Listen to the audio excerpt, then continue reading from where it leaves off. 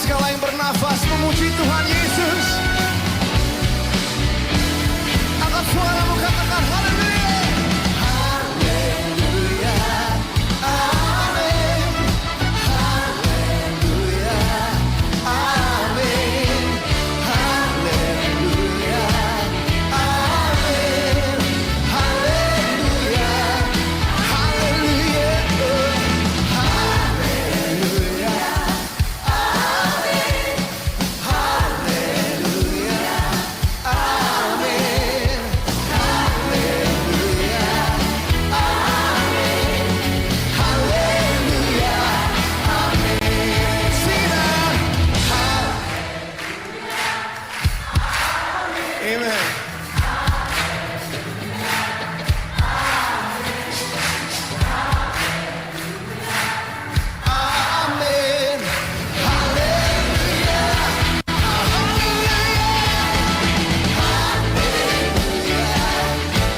Amin. Haleluya.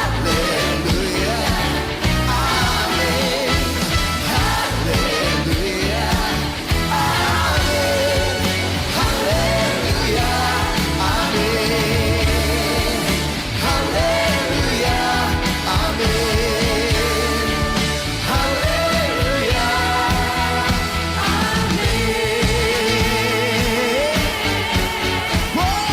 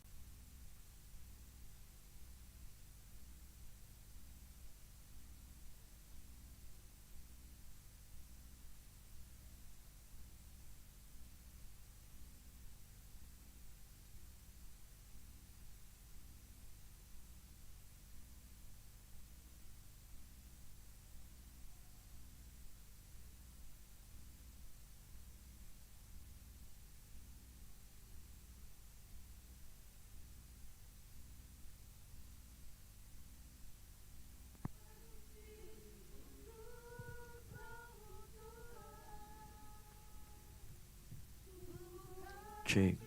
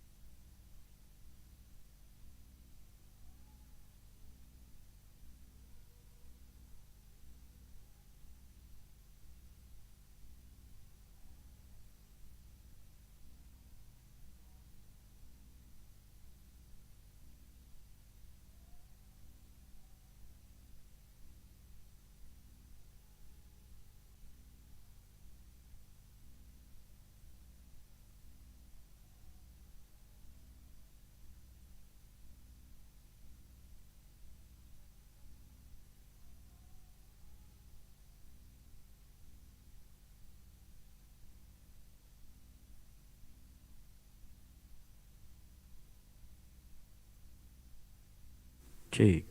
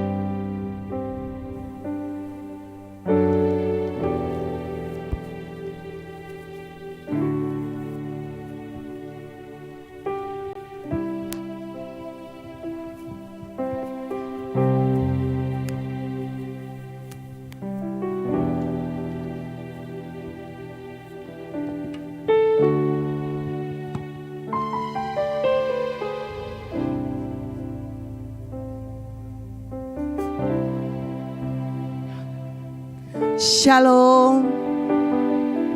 Selamat pagi, salam sejahtera bagi kita semua. Puji Tuhan, kita ada di ibadah kita GBI Opkumene BTP Makassar. Puji Tuhan, kita berada di minggu pertama di bulan Juni 2022. Bertepatan hari ini adalah hari Pantekosta. Puji Tuhan, mari Bapak, Ibu, saudara-saudari terkasih di dalam nama Tuhan Yesus Kristus, kita siapkan hati kita untuk beribadah kepada Tuhan, untuk masuk lebih dalam lagi di dalam nama Tuhan. Puji Tuhan, sebelum kita masuk dalam ibadah kita, mari kita bersatu dalam doa. Haleluya, haleluya. Bapa yang baik, Bapa yang penuh kasih, Bapa yang kami sembah hanya di dalam nama Tuhan Yesus Kristus. Kami mengucap syukur, berterima kasih kepadamu untuk hari ini. Kami rindu beribadah kepadamu. Kami rindu menyenangkan hatimu.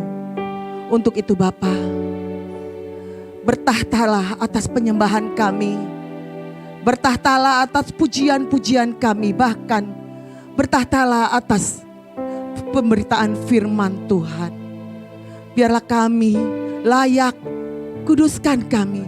Tutup bungkus dengan kuat kuasa darah Tuhan.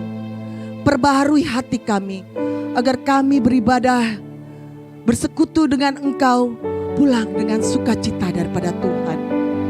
Baik di tempat ini maupun yang melalui online Tuhan. Kami percaya Roh Kudus menyertai kehidupan kami, memberkati ibadah kami. Kami serahkan ibadah ini Bapa, dari awal, pertengahan, hingga akhirnya. Biarlah turut kehendak Tuhan saja. Di dalam nama Tuhan Yesus Kristus. Haleluya, haleluya. Puji Tuhan, puji Tuhan. Amin. Puji Tuhan. Pujian dan syukurku ku bawa padamu, dengan rendah hati ku persembahkan.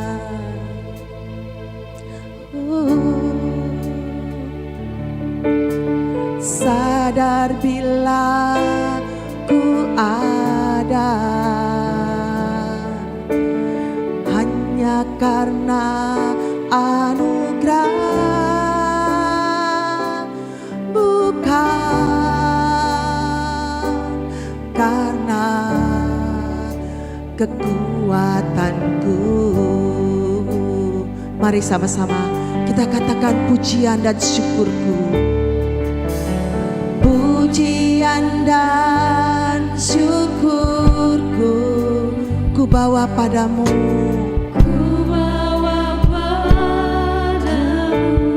dengan rendah hati,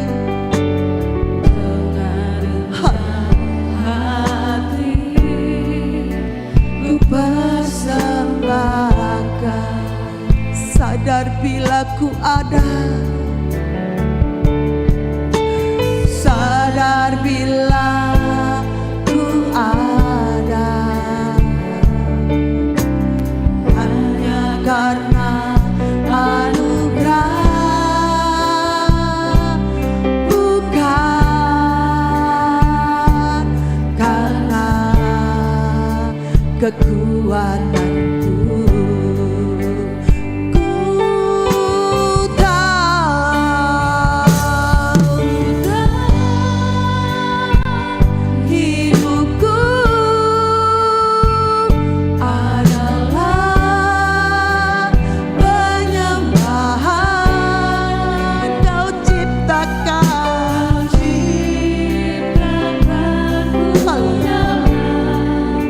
Kemuliaan-Mu,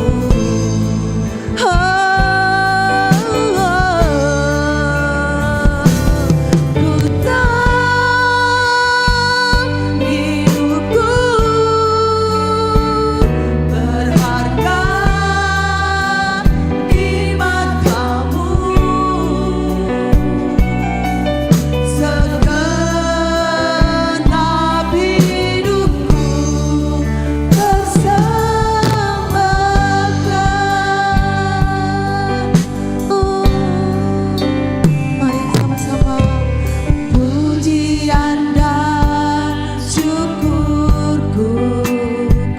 bawa padamu. Amin. Dengan rendah hati ku persembahkan,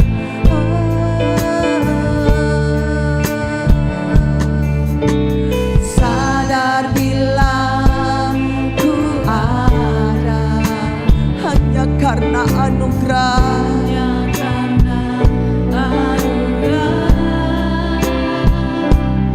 Bukan karena kekuatanku. Ku tahu hidupku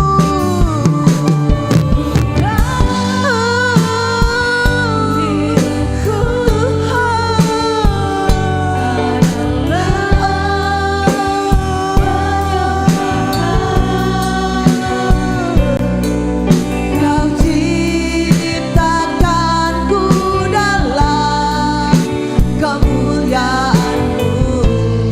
Oh, ku tahu hidupku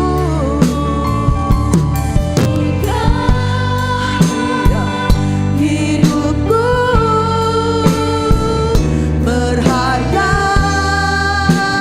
di mata-Mu. Segenap hidupku, segenap hidupku bersembahkan. Ku tahu Tuhan, amin, hidupku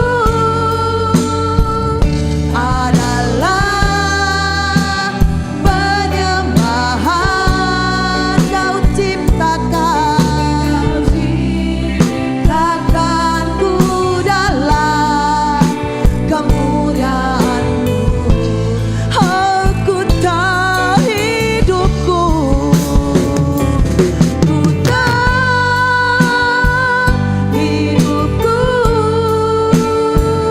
berharga di mata-Mu. Segenap hidupku bersembahkan. Katakan ku tahu Tuhan, ku tahu hidupku. Mari kita bangkit berdiri, puji Tuhan. Amin, amin. Benar Tuhan, hidup kami adalah penyembahan ya Tuhan. Haleluya, haleluya. Puji Tuhan. Ku tahu hidupku berharga di mata-Mu. Segenap hidupku bersembahkan.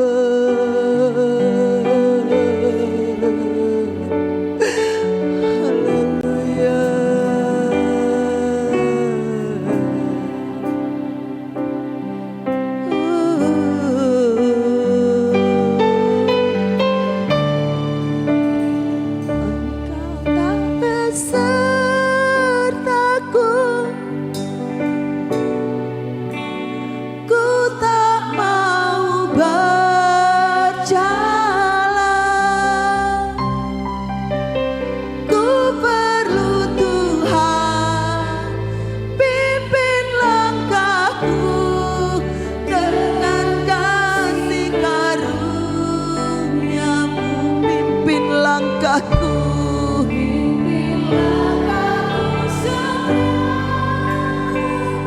Amin, amin. Berjalan dalam Roh-Mu, nyatakan Tuhan, Tuhan, kemuliaan-Mu, dan berjalanlah denganku. Bila Engkau tak bersamaku, tak besertaku,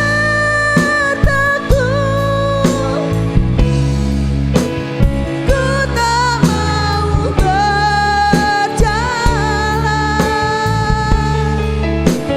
Ku perlu Tuhan, pimpin langkahku dengan kasih karunia-Mu. Pimpin langkahku setiap waktu, berjalan dalam Roh-Mu, nyatakan Tuhan kemuliaan-Mu, dan berjalanlah dengan. Katakan, bila Engkau tak bersamaku. Amin, amin. Ku tak mau berjalan, ku tak mau berjalan. Ku perlu Tuhan. Haleluya, haleluya. Puji Tuhan. Pimpin langkahku setiap waktu, berjalan dalam Roh, nyatakan Tuhan kemuliaan-Mu, dan berjalanlah denganku. Nyatakan Tuhan, nyatakan Tuhan kemuliaan-Mu, dan berjalanlah dengan. Nyatakan Tuhan kemuliaan-Mu, dan berjalanlah denganku. Haleluya, haleluya. Terima kasih Tuhan, terima kasih Bapa, terima kasih untuk melayakkan kami menjadi penyembah-Mu di dalam roh dan kebenaran. Terima kasih Tuhan Yesus. Saatnya Tuhan, kami ingin memuji-muji Engkau, kami ingin bersorak membesarkan nama-Mu. Untuk itu Bapa, kita semua yang percaya sama-sama katakan amin. Puji Tuhan, puji Tuhan. Siapa memuji Tuhan? Sepakat mengatakan amin. Amin. Puji Tuhan. Mari kita angkat pujian ini. Tuhanlah kekuatan dan mazmurku. Haleluya. Haleluya. Haleluya. Haleluya. Puji Tuhan. Sama-sama kita bertepuk tangan. Haleluya. Tuhanlah kekuatan dan mazmurku. Amin. Ya gunung batu dan keselamatanku, hanya padamu hatiku percaya. Kaulah menara dan kota perlindungan.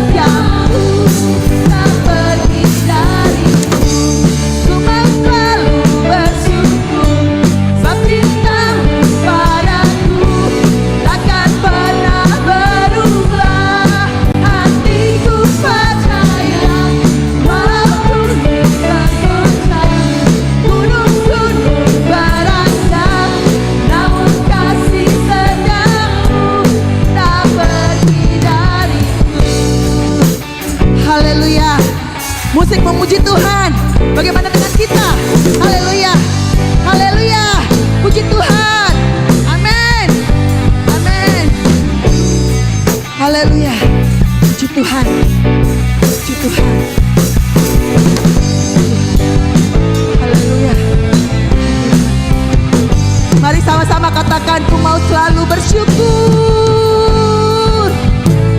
Amin, amin. Ku mau selalu bersyukur, sebab cintamu padaku takkan pernah berubah. Hatiku percaya, walau bumi bergoncang, gunung-gunung beranjak, namun kasih setiamu tak pergi dariku. Ku mau selalu bersyukur, sebab cintamu padaku takkan pernah berubah. Hatiku percaya, walau bumi bergoncang, gunung-gunung beranjak, namun kasih setiamu tak pergi dariku. Ku mau selalu bersyukur, sebab cintamu padaku takkan pernah berubah. Hatiku percaya, walau beranjak, namun kasih setiamu tak pergi dariku. Kasih setiamu tak pergi dariku. Kasih setiamu tak pergi dariku. Haleluya, haleluya, haleluya, haleluya. Puji Tuhan, haleluya, puji Tuhan, haleluya, haleluya. Beri kemuliaan bagi nama Tuhan Yesus Kristus. Kita tetap tinggal berdiri. Kita akan merasakan kecaplah dan lihatlah kasih kemurahan Tuhan. Untuk itu, mari kita ganti pujian kita. Haleluya. Kecaplah dan lihatlah betapa baiknya Tuhan itu. Amin. Amin. Haleluya.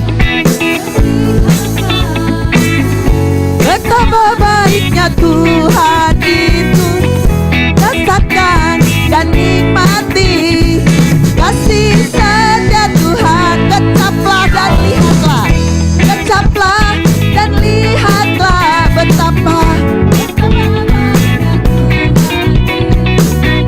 rasakan dan nikmati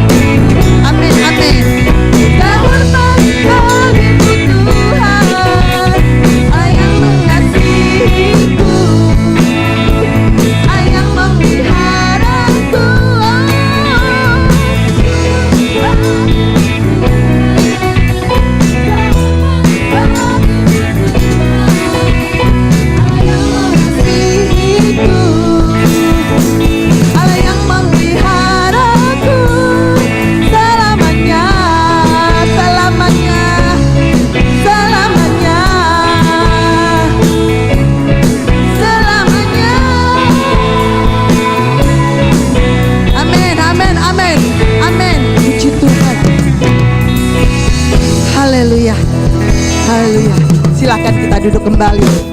Puji Tuhan. Haleluya. Haleluya. Saatnya kita akan masuk dalam sabda firman Tuhan. Haleluya.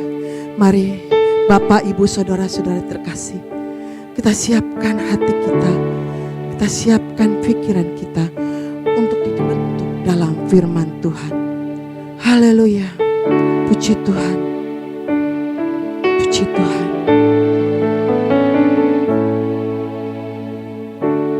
Bapakku yang baik, Kau sangat ku cinta, lebih dari segalanya di dalam hidupku. Bapakku yang baik, Engkau yang ku perlu. Amin.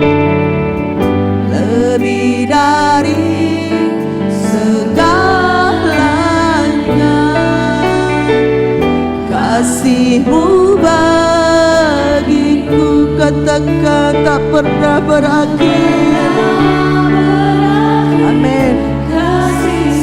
Amin. Benar Tuhan, benar ya Allahku. Dalam hidupku tak pernah berhenti berharap padamu, Yesusku, Kau segalanya. Amin, amin. Sama-sama kita katakan Bapakku yang baik. Bapakku yang baik. Amin. Kau sangat ku cinta, lebih dari segalanya di dalam hidupku. Di dalam hidupku. Bapakku yang baik.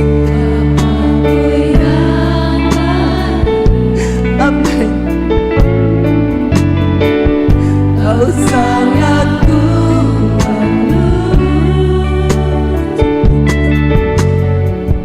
lebih dari segalanya, kasih-Mu bagiku tak pernah berakhir. Kasih setiamu selalu nyata dalam hidupku, tak pernah berhenti berharap padamu, Yesusku, Kau selamanya, tak pernah berakhir. Kasih setiamu selalu nyata dalam hidupku, tak pernah berhenti berharap padamu, Yesusku, Kau segalanya. Haleluya. Puji Tuhan. Kami akan panggil anak-anak sekolah minggu untuk tampil ke depan. Puji Tuhan. Amin, amin. Haleluya. Haleluya. Puji Tuhan. Puji Tuhan.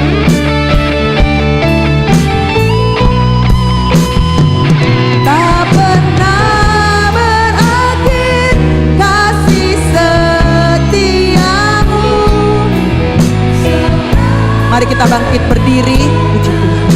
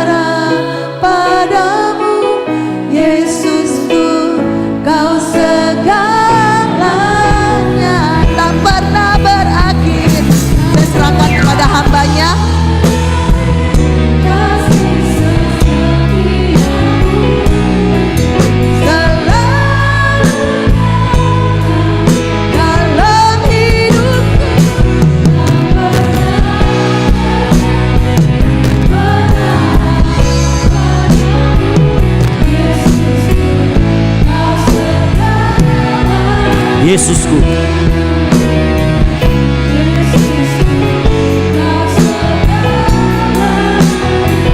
Sekali lagi, Yesusku.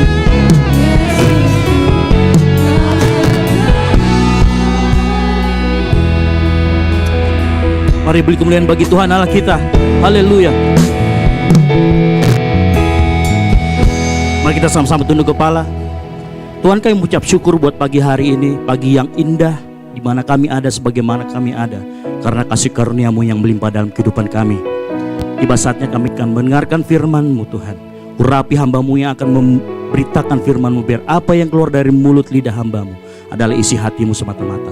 Miserahkan ibadah ini ke dalam tangan-Mu, Tuhan, karena Engkaulah yang punya ibadah. Di dalam nama Tuhan Yesus Kristus kami siap mendengarkan firman Tuhan. Mari sama-sama siap mendengarkan firman Tuhan. Sama-sama katakan amin. Silakan duduk Bapak Ibu Saudara sekalian.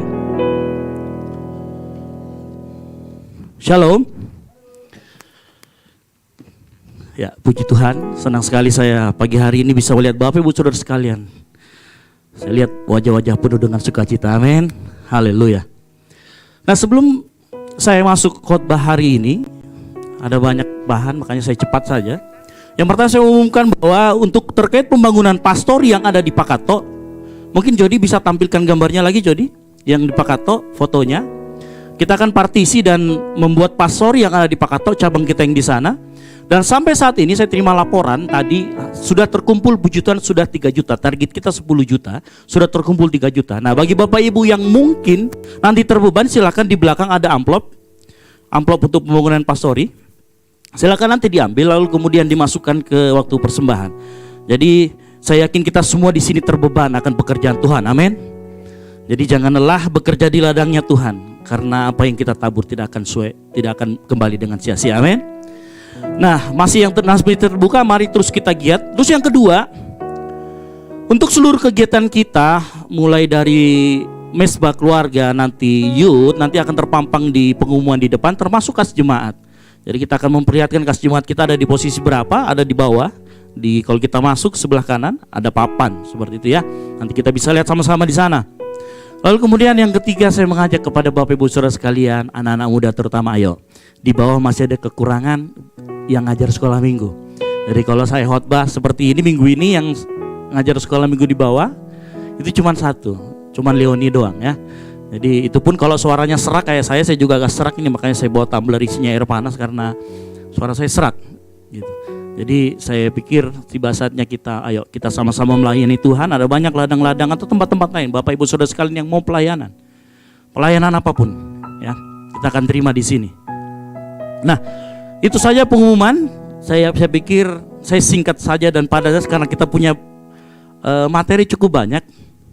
Nah, pagi hari ini sebelum kita belajar firman Tuhan, karena pagi hari ini materinya berat buat saya berat gitu. Karena di sini banyak yang senior yang sudah lebih tua, yang sudah lebih matang daripada saya. Tapi nggak apa-apa, kita sama-sama belajar firman Tuhan. Mari sebelum kita firman Tuhan, saya mau sekali lagi kita tunduk kepala berdoa, karena kita butuh pertolongan Roh Kudus sepanjang kita mendengarkan firman Tuhan. Mari kita tunduk kepala sekali lagi. Tuhan, kami mengucap syukur buat pagi hari ini. Kalau kami bisa mendengarkan firman Tuhan, ada banyak tempat di mana orang dilarang mendengarkan firman Tuhan, tapi kami bersyukur di tempat ini, di negeri ini, kami masih dapat mendengarkan firman Tuhan dengan bebas. Tuhan, Kau pimpin setiap kami yang ada di ruangan ini.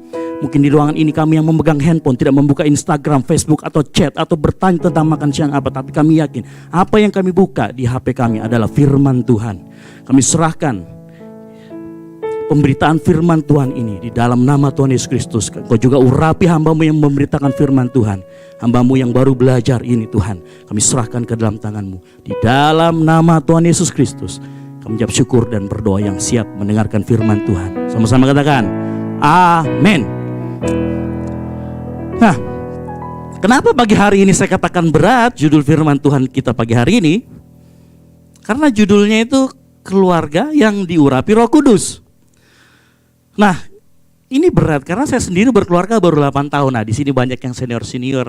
Ada Pak Markus itu udah puluhan tahun ya Pak ya. Saya mah kalau dibandingkan beliau, kalau dari sisi pengalaman gak ada apa-apanya. Membina rumah tangga. Anak-anak beliau sudah besar, sudah punya cucu malah. Ya. Nah, Oleh karena itu percayalah bahwa apa yang saya katakan saya pun baru belajar. Jadi bukan karena saya berdiri di sini saya lebih daripada Bapak Ibu Saudara sekalian, tapi kita sama-sama semua belajar pagi hari ini. Yang mau belajar sama katakan amin.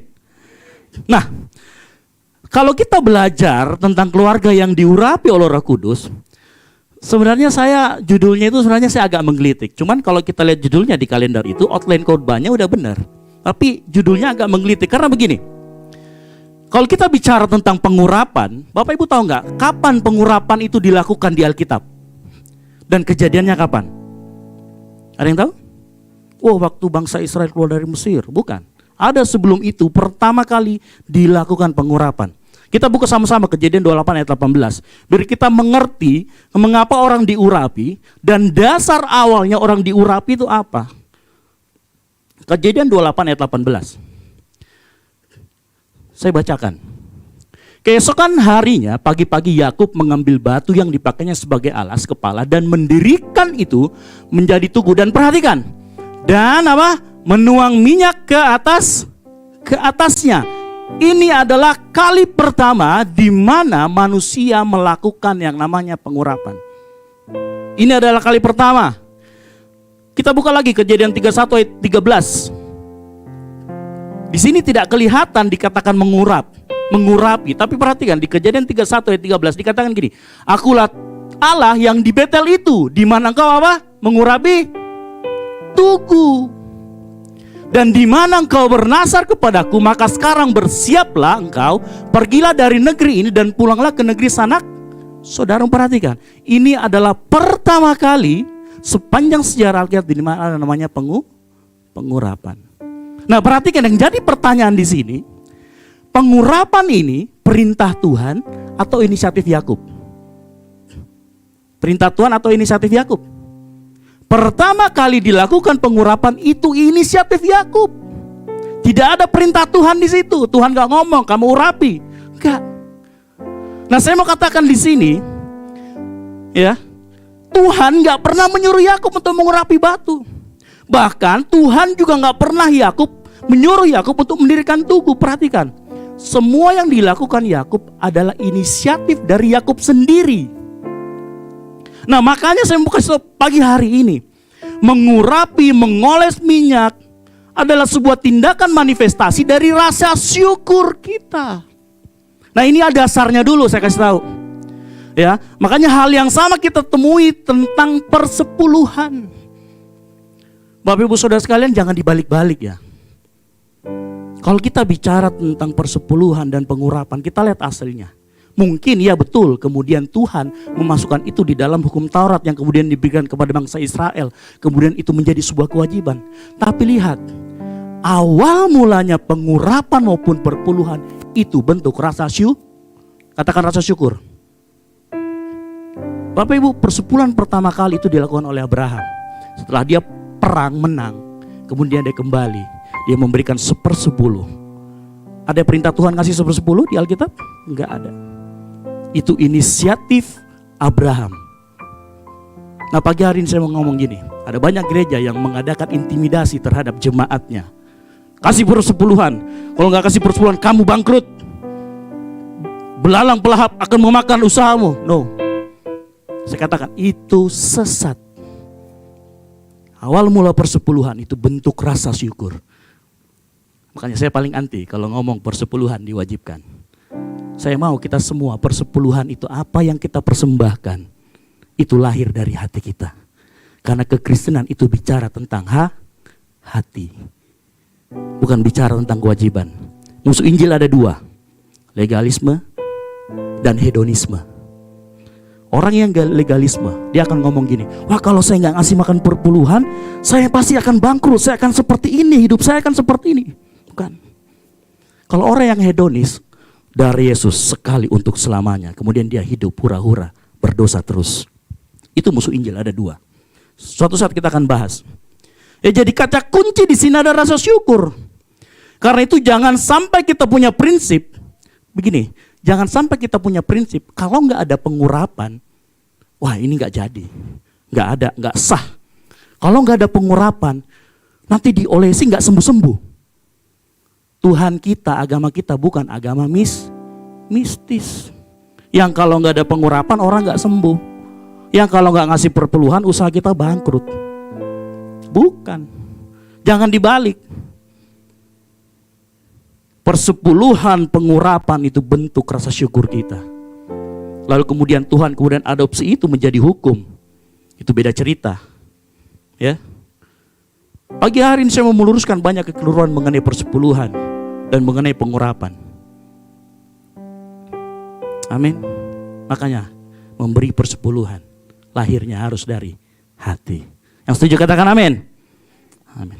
Nah kembali kita ke pengurapan. Kalau kita masuk ke peruluhannya, kembali kita pengurapan. Nah kalau kita tahu awal pengurapan seperti di atas, baru kita mengerti, oh ternyata Samuel pernah mengurapi Daud. Nah ini terkait, makanya saya hubungkan dengan keluarga. Ini agak menggelitik sebenarnya ya. Karena keluarga yang diurapi ya kurang tepat. Kan keluarga kan terdiri dari bapak, ibu, anak, gitu ya. Jadi saya mau agak sedikit meluruskan judulnya, bahwa yang dimaksud dengan keluarga yang diurapi oleh Roh Kudus, ini tepatnya adalah keluarga yang hidupnya dipimpin oleh Roh Kudus. Katakan amin. Ya, keluarga yang diurapi Roh Kudus ada keluarga yang dipimpin oleh Roh Kudus. Nah, by the way, Baswe, pagi ini kalau Bapak Ibu cermat, hari ini memperingati hari pencurahan Roh Kudus, hari ke-10 semenjak hari hitung aja, tepat hari ini. Ya. Pencurahan Roh Kudus, hari Pentakosta.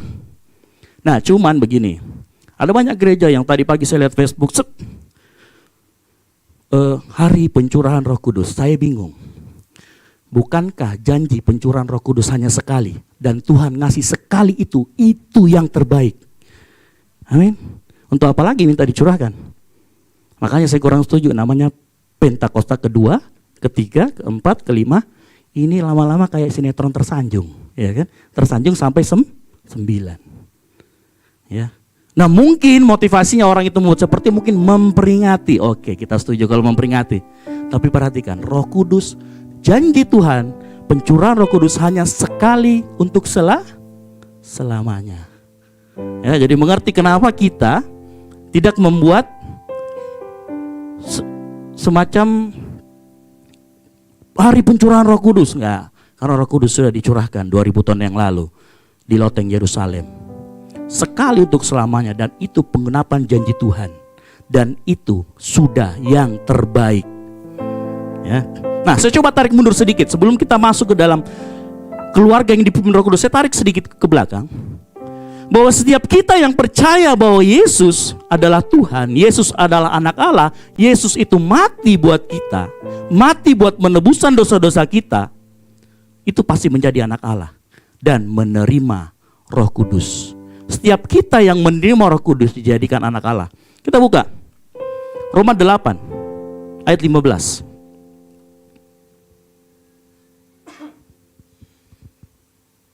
Roma 8 ayat 15. Saya akan bacakan. Sebab kamu tidak menerima roh perbudakan yang membuat kamu menjadi takut lagi.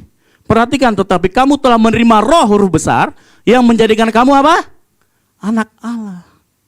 Nah perhatikan, sewaktu kita menerima Roh Kudus, sewaktu kita mengakui Yesus sebagai Tuhan, dan orang gak mungkin mengakui Yesus sebagai Tuhan kalau bukan karena Roh Kudus. Saat itu kita menjadi anak Allah. Nah kalau kita anak Allah, maka Galatia 5 ayat 25, coba kita buka Galatia 5 ayat 25. Kalau kita anak Allah, maka kita telah dihidupkan oleh Roh. Galatia 5 ayat 25 berkata, jikalau kita hidup oleh Roh, maka baiklah kita, hidup kita juga dipimpin oleh apa? Roh. Rohnya huruf besar. Dipimpin oleh Roh Kudus.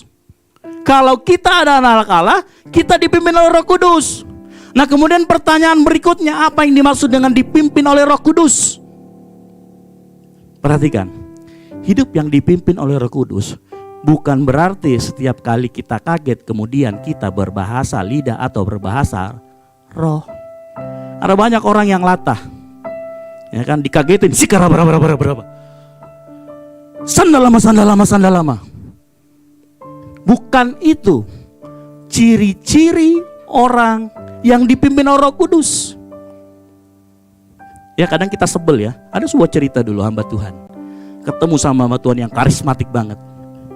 mau salaman, bahasa roh dulu sikara. 5 detik bahasa rohnya sikara bara. Selamat pagi Pak. Kadang-kadang kita ketemu sama orang gitu nyebelin ya. Mau doa, bahasa roh dulu. Bapak Ibu, seringkali kita menunjukkan bahasa roh itu. Mungkin kita perlu telisik hati kita. Apa kita sebenarnya itu mau memperlihatkan kerohanian kita? Mau memperlihatkan, wah gua dipenuhi Roh Kudus ini. No, gak seperti itu. Itu tidak relevan. Saya mau kasih tahu begini. Saudara tahu apa itu bahasa surga? Apa bahasa surga? Bahasa surga cuma satu, kasih. Makanya Yohanes 3 ngomong, karena begitu besar apa? Kasih. Bahasa surga itu kasih. Ada banyak orang yang mengira bahwa hidup dipimpin orang harus mempunyai seluruh karunia roh. Ya. Alkitab tidak ngomong begitu. Lalu apa artinya hidup dipimpin oleh Roh Kudus? Nah, sebelum kita bahas masuk ke situ, kita tahu dulu nih, Roh Kudus itu melakukan apa di setiap kita orang percaya. Kita harus tahu dulu. Kalau kita mau lihat hidup yang dipimpin oleh Roh Kudus, kita mesti mengerti Roh Kudus melakukan apa di setiap kita orang yang percaya. Yohanes 14 ayat 26. Yohanes 14 ayat 26.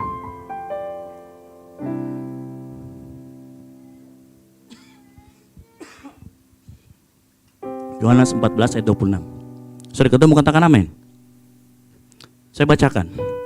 Tetapi penghibur, yaitu Roh Kudus, yang diutus oleh Bapa dalam namaku, dialah yang akan apa? Mengajarkan segala sesuatu kepadamu dan akan mengingatkan kamu akan semua yang telah kukatakan kepadamu. Perhatikan, Roh Kudus dikatakan sebagai penghibur.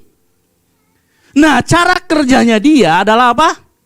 Mengajarkan segala sesuatu dan mengingatkan segala sesuatu yang dikatakan oleh Sang Firman. Sang Firman itu siapa? Yesus.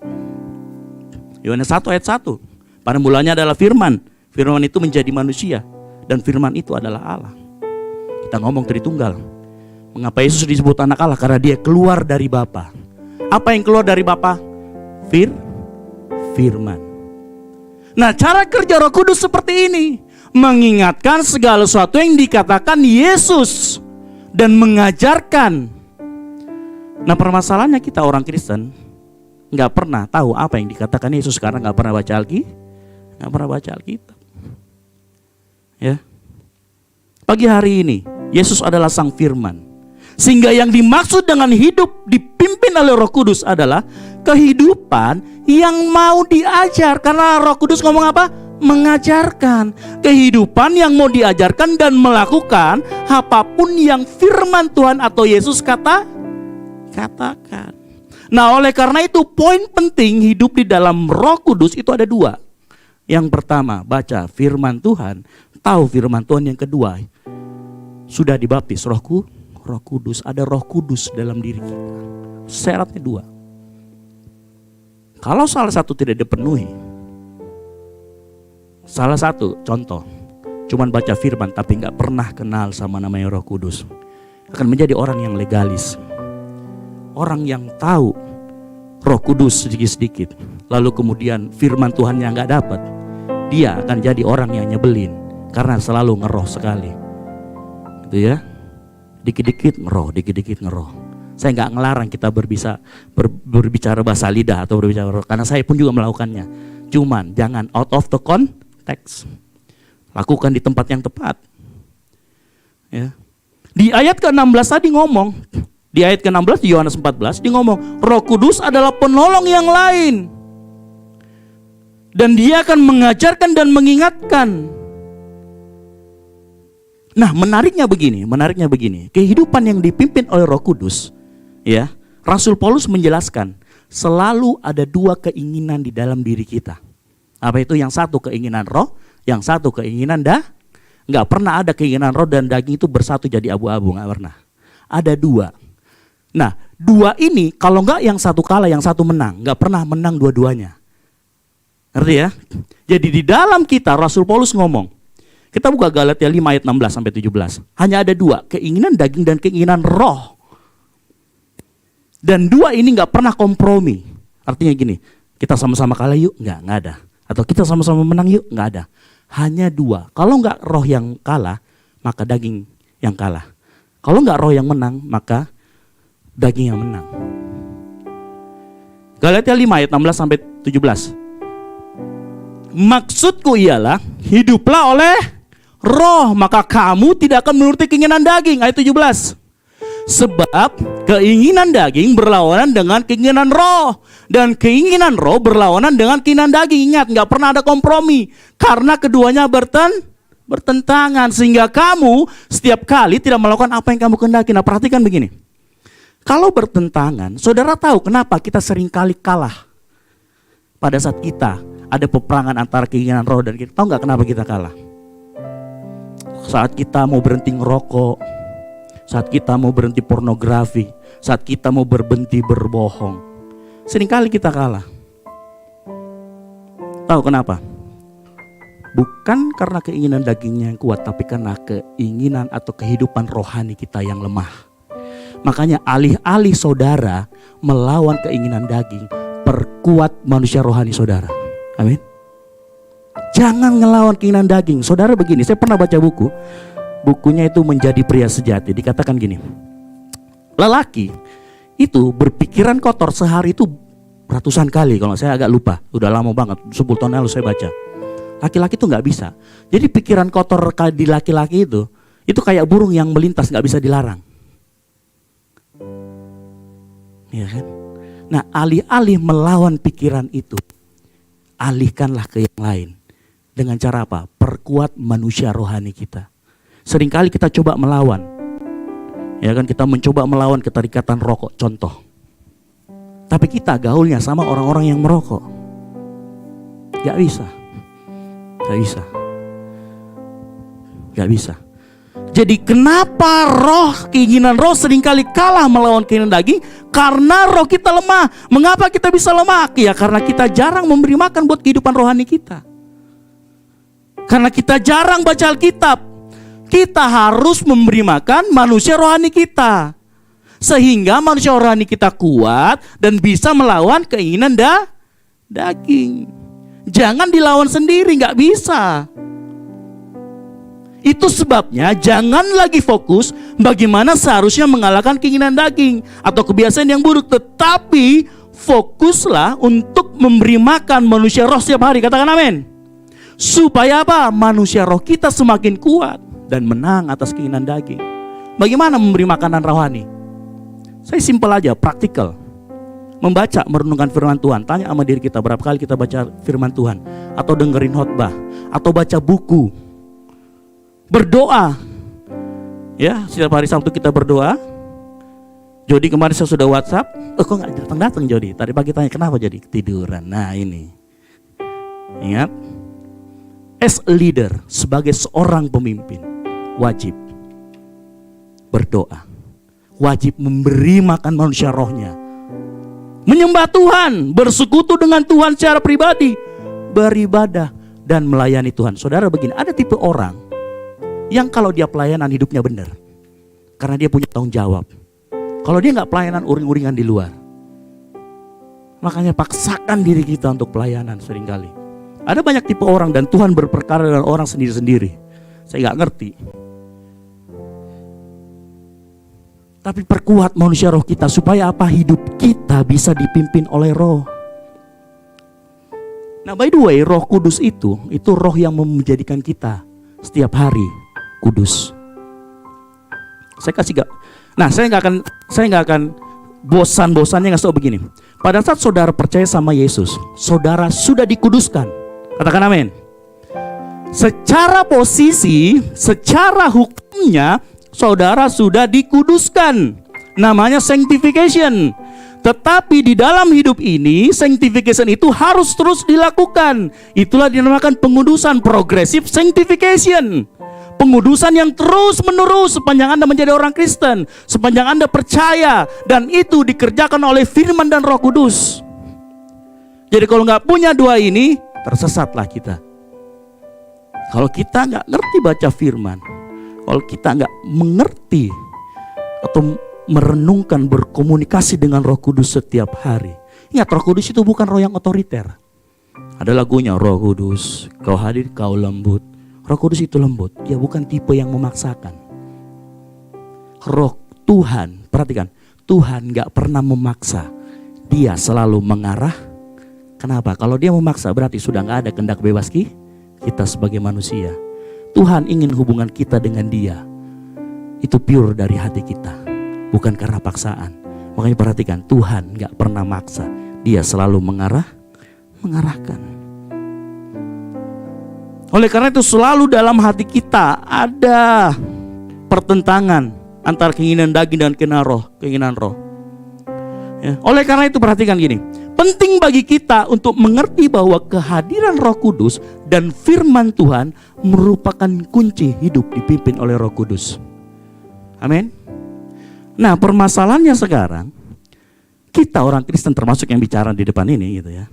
Alih-alih membaca firman Tuhan, orang zaman now lebih suka membaca status WA orang, betul? Lebih suka membaca status Facebook orang, betul? Alih-alih berdoa dan menyembah Tuhan, orang zaman now lebih suka sekedar kumpul-kumpul, main gaplek dan ngegosip. Alih-alih bersekutu dengan Tuhan secara pribadi, orang zaman now lebih suka bersekutu dengan Tuhan melalui orang yang punya karunia Nabi. Betul? Gak mau baca Alkitab, udah kita ke gereja itu aja, dia punya karunia Nabi. Kita minta tumpang tangan, nanti tanya Tuhan ngomong apa. Padahal yang Tuhan inginkan hubungan pribadi. Alih-alih beribadah kepada Tuhan, orang zaman now lebih suka apa? Rebahan di rumah, mager sambil sekedar lihat ibadah online. Wah, ini bagus ini, entertain banget ini. Wow, keren. Ibadah alih-alih orang melayani Tuhan di gereja, orang zaman now lebih suka sibuk dengan apa? Urusan gak jelas tiap minggu. Ya, sekarang banyak kuliah-kuliah itu bukannya di hari Minggu, masuk labnya hari Minggu, ininya hari Minggu. Perhatikan, kalau saya melihat itu ada sebuah gerakan sistematis menjauhkan anak Tuhan dari ibadah setiap hari Minggu. Makanya kita perlu ngomong sekali-sekali, yang di tempat kuliah, tempat kerja, kalau hari Minggu, sorry, hari buat Tuhan. Kadang-kadang kita perlu ngomong kayak gitu, kita deklarasikan. Kalau kegiatan itu sudah hampir tiap minggu, kok ada kuliah minggu, ada kegiatan kantor minggu, mungkin kita perlu stop. Kita ngomong sama atasan kita ngomong sama dosen kita, itu hari Minggu Pak, saya harus ibadah. Hati-hati, dunia sekarang itu seperti itu. Ya, mengalihkan itu nggak pakai cewek cantik, nggak. Dia pakai kegiatan kesibukan kita untuk mengalihkan kita dari Tuhan. Amin. Hello, amin. Itulah kenapa perkara rokok, judi, pornografi susah lepas. Kenapa? Karena seringkali kita lebih banyak menghabiskan waktu bersama teman-teman yang mau nerima kita kalau kita ngerokok, bersama teman-teman kita yang kalau kita ngelihat akun-akun yang berbau pornografi. Kadang-kadang kita gitu, karena kita cuma mau agar orang menerima kita lakukan itu. Makanya mulai hari ini ayo kita sama-sama belajar, atur hidup kita, atur prioritas hidup kita agar manusia roh kita semakin kuat. Agar apa? Kita bisa dipimpin oleh Roh Kudus. Dan perhatikan, pada saat kita dipimpin oleh Roh Kudus, hasilnya apa? Bahasa roh? Bukan. Bisa menyembuhkan orang? Bukan. Hasilnya adalah buah roh. Buah roh itu dinikmatin orang. Ya. Amin. Kuncinya dua, baca firman. Dan ada Roh Kudus di sana. Nah, itulah yang dimaksud dengan hidup yang dipimpin oleh Roh Kudus. Nah, sekarang kita masuk keluarga yang dipimpin oleh Roh Kudus. Apa artinya? Nah, kalau kita bicara keluarga ada bapak, ibu, dan anak. Kalau kita bicara tentang keluarga yang dipimpin oleh Roh Kudus, maka kehidupan bapak, ibu, dan anak yang melakukan tugas dan perannya sesuai apa yang firman Tuhan katakan, itu hidup keluarga yang dipimpin oleh Roh Kudus. Katakan amin. Kita buka Kolose 3 ayat 18 sampai 21. Kolose 3 ayat 18.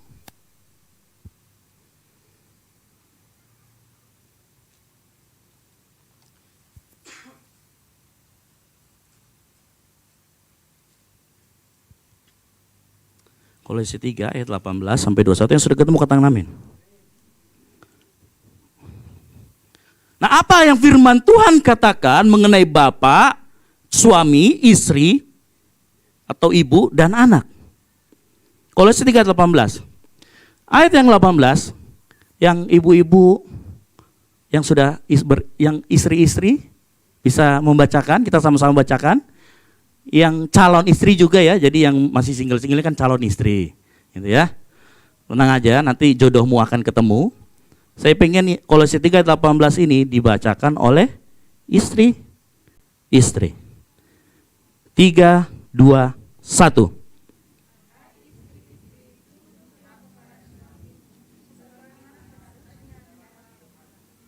Amin. Nah, perhatikan. Saya mau kasih tahu, waktu zaman Rasul Paulus menulis kitab Kolose ini, waktu itu zaman itu wanita dipandang sebelah mata. Wanita itu hanya sebuah properti. Jadi waktu itu kalau misalkan suaminya udah nggak suka sama istrinya, itu bisa dibuang aja, ganti, nikah lagi. Jangan berpikir, wah enak banget ya ganti-ganti gitu ya, jangan, gitu ya. Jadi waktu itu karena dianggap properti dan direndahkan, kebanyakan sewaktu itu kasusnya di Kolose ini, istri-istri tunduk sama suaminya karena rasa takut. Karena rasa apa? Rasa takut. Alkitab menjelaskan di mana ada Roh Kudus itu harusnya tidak ada ketakutan. Oleh karena itu Paulus melalui ilham Roh Kudus dia nulis, tunduklah kepada suamimu sebagaimana seharusnya di dalam Tuhan. Nah, mungkin di sini ngomong, itu Pak, istri yang pertama kali, berarti istrinya dulu yang harus apa? Tunduk. Nanti saya akan jelaskan. Ya. Oleh karena itu Rasul Paulus di Kolose ini dia ngomong gini, landasan mengapa harus tunduk kepada suami, kepada istri-istri dengar, adalah untuk menghormati Tuhan yang sudah lebih dulu menyelamatkan, mengasihi dan menghargai wanita. Kita buka ayat yang sama, ini Rasul Paulus menulis juga kitab atau kata-kata yang sama dengan urutannya di Efesus 5 ayat 22 sampai 24. Kita buka. Di situ ada penjelasan lebih gamblang mengenai tunduk kepada suami yang dilandasi oleh kasih. Efesus 5 ayat 22 sampai 24. Saya bacakan. Hai istri, tunduklah kepada suamimu seperti kepada Tuhan. Ayat 23.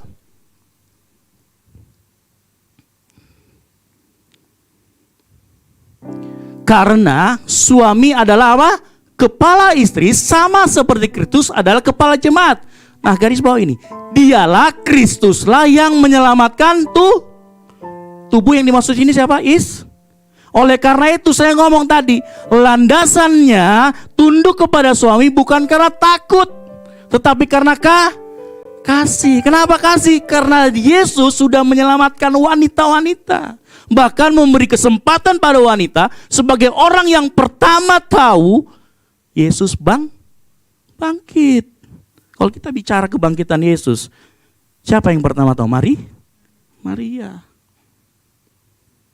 Oleh karena itu, landasan penundukan istri kepada suami harus dilandasi oleh kasih. Katakan amin. Yang wanita katakan amin. Ya. Oleh karena itu dia ngomong berikutnya, ayat yang berikutnya, karena itu sebagaimana jemaat tunduk kepada Kristus, jemaat tunduk kepada Kristus karena mengasihi Kristus. Demikianlah juga istri kepada suami dalam segala sesuatu. Perhatikan kata segala sesuatu. Ini kan yang bertanya, Mas Bro, gimana kalau segala sesuatu itu? Sepanjang tidak melanggar firman Tuhan dan tidak melanggar hukum, lakukan. Tapi kalau itu melanggar hukum, melanggar firman Tuhan, Anda perlu stop di situ, berhenti, jangan lakukan. Ya, simple. Nah, mungkin ada yang ngomong gini, kok istri-istri ditulis duluan? Alasan pertama, kenapa ditulis duluan? Karena wanita. Di sini banyak ya. Jadi kalau yang belum nikah, yang masih belum statusnya istri orang gitu ya, Anda kan calon istri. Jadi dengarkan, ya, ini bekal untuk ke depan, gitu. Kenapa ditulis duluan si istri ini? Bukan karena dia wajib tunduk duluan. Nanti saya akan jelaskan. Tetapi karena peran istri yang vital. Peran istri itu sebagai penolong yang sepadan. Kalau kita lihat penciptaan Adam dan Hawa, Hawa diciptakan sebagai penolong yang sepadan. Ditulis pertama bukan berarti hierarki. Atau bukan berarti kalau misalkan ditegur pertama kali kan biasanya banyak salahnya ya. Bukan karena ditulis pertama begitu lalu kemudian istri banyak salahnya, enggak. Tetapi karena role-nya atau perannya, fungsinya istri dalam keluarga ini vital. Kenapa vital? Karena si kepala itu, si laki-laki itu punya banyak kelemahan. Coba lihat suaminya yang sudah punya istri, kamu lemah gitu sebenarnya. Hilangin, kamu lemah. Makanya butuh penolong. Ini firman Tuhan yang ngomong loh. Kalau laki-laki kuat, nggak mungkin diciptakan penolong. Penolong yang sepadan. Dan menariknya, kata penolong yang sepadan dalam bahasa aslinya itu dia ngomong gini. Penolong yang punya pikiran tetapi berlawanan sama si laki-laki. Makanya dikatakan penyeimbang dalam kasih karunia. Ya. Mungkin ada yang ngomong dalam hatinya gini. Ah, lu gak tahu aja suami gua kayak apa. Lu gak tahu aja Mas Bro, suami gua melempem, pasif, gak bisa ngapa-ngapain. Bapak Ibu Saudara sekalian, kalau suami Anda melempem, bantu dia supaya kriuk lagi. Kalau dia pasif, bantu dia supaya menjadi lebih aktif. Jangan ambil role-nya, jangan ambil perannya. Jangan. Dan ini yang seringkali dilakukan oleh istri-istri yang kurang percaya sama Tuhan. Perhatikan, yang bisa menyelamatkan rumah tangga, yang bisa merubah suami kita, istri kita, itu Tuhan saja semata-mata. Dengar baik, waktu istri tunduk kepada suami, artinya istri memberi kesempatan kepada Yesus, kepada Kristus untuk menjadi penyelamat suami dan keluarga Anda. Ini artinya pada saat kita memberi ruang buat Yesus untuk berperkara dengan suami Anda, artinya kita mengandalkan Tuhan. Setiap kali kita mengandalkan Tuhan, kita akan lihat mujizat Tuhan di sana. Setiap kali kita mengandalkan kekuatan kita sendiri, iblis yang ambil alih.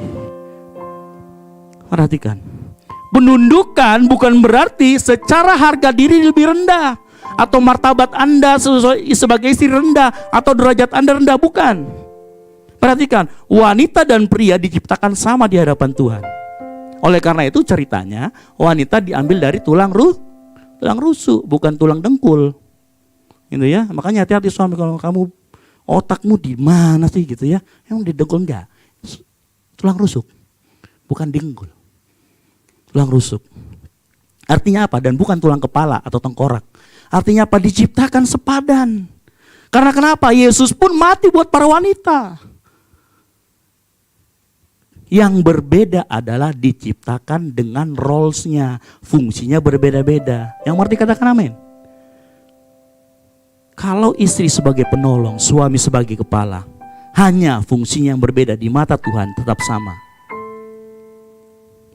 Sekali lagi saya katakan, tunduklah dengan motivasi kasih, bukan karena takut. Dan percayalah, setiap kali istri-istri tidak tunduk pada suami, maka Tuhan yang berperkara dengan Anda. Tetapi saat istri tunduk kepada suami, suaminya macam-macam, Tuhan berperkara dengan suami Anda. Tugas istri, perhatikan, bukan mengubah suami Anda. Tugas istri adalah menghormati Tuhan dan memuliakan Tuhan, dan biar Tuhan yang mengubah suami Anda. Katakan amin. 1 Petrus 3 ayat 1. Ini Petrus juga yang ngomong. Sama ngomongnya.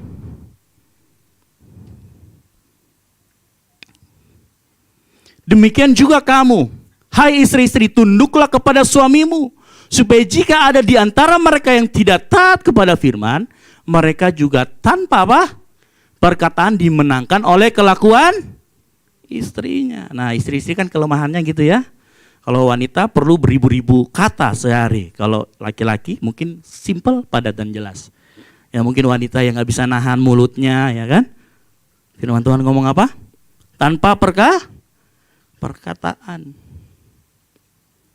Contoh siapa? Kalau kita baca ayat sebelumnya, Rasul Paulus ngasih contoh Sarah. Sarah itu manggil Abraham tuannya.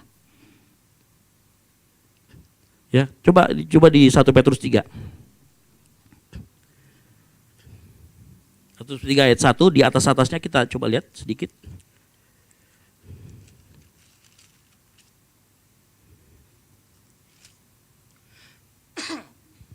Di bawahnya, lihat, perhatikan.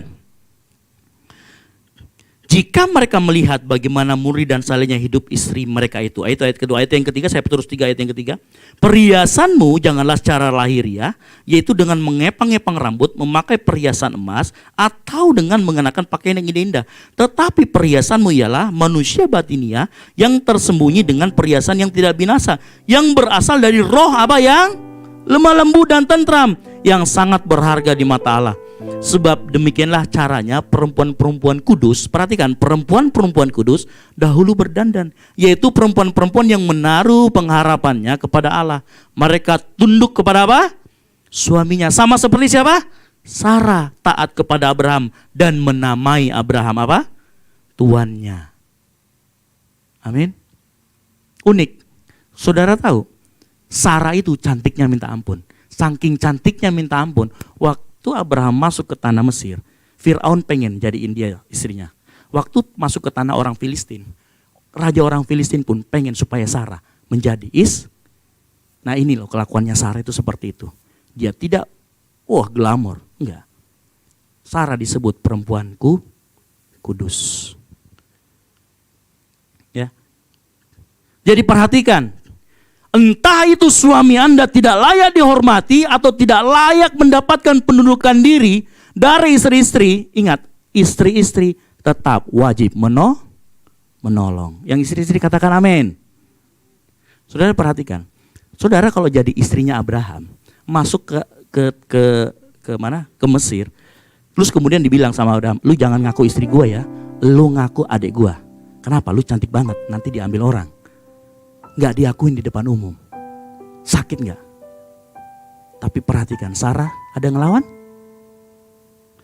Dia tetap menamai Abraham sebagai tuannya. Contoh, Sarah. Amin. Sabar, yang suami sabar. Kita pindah ke suami ya. Nanti biar ini adil. Nah sekarang yang suami. Saya juga ini termasuk. Jadi jangan, Bapak Ibu, jangan ini, saya juga kena. Kolose 3 ayat yang ke-19. Hai suami-suami, ya sama-sama kita yang suami-suami, yang calon jadi suami, semuanya yang laki-laki sama-sama kita katakan 3, 2, 1. Hai suami-suami, kasihilah istrimu dan janganlah berlaku kasar terhadap. Ada 2 perintahnya. Yang pertama apa? Mengasihi dan jangan kasar. Yang teriak kasar lebih banyak yang wanita gitu ya. Di sini ada 2 perintah, mengasihi dan jangan berlaku kasar. Nah, seringkali hubungan suami istri itu kita ngelihatnya sebagai hubungan yang transaksional. Transaksional itu gimana? Kalau istri tunduk, saya akan mengasihi dan akan apa tadi ngomongnya? Dan nggak akan kasar. Sebaliknya istri juga ngomong gitulah. Saya mau ngonomatin kamu gimana? Kamu kasar dan kamu gak mengasihi saya, akhirnya jadi apa? Semacam lingkaran setan, saling mengharapkan. Nah perhatikan buat suami-suami. Perhatikan. Suami-suami, jangan sampai hubungan suami istri itu seperti lingkaran setan. Saling mengharapkan, saling seperti pertanyaan yang mana duluan? Telur atau ayam atau telur? Jangan sampai seperti itu. Saya mau kasih tahu gini. Ayat yang dipakai Kolose 3 ayat 19, kasihilah itu menggunakan kata agapau yang asal katanya dari agape. Agapau itu artinya terus menerus mencintai, artinya di situ ada komitmen. Di situ artinya unconditional love. Apapun yang terjadi, bagaimanapun sikap istri Anda, istri saya tetap harus mengasihi dan jangan berlaku kasar. Sekarang saya mau tanya, waktu Kristus mati buat kita, apakah kita sudah bertobat? Apakah kita sudah baik? Ada? Belum. Efesus, coba kita buka Efesus 5 ayat 25.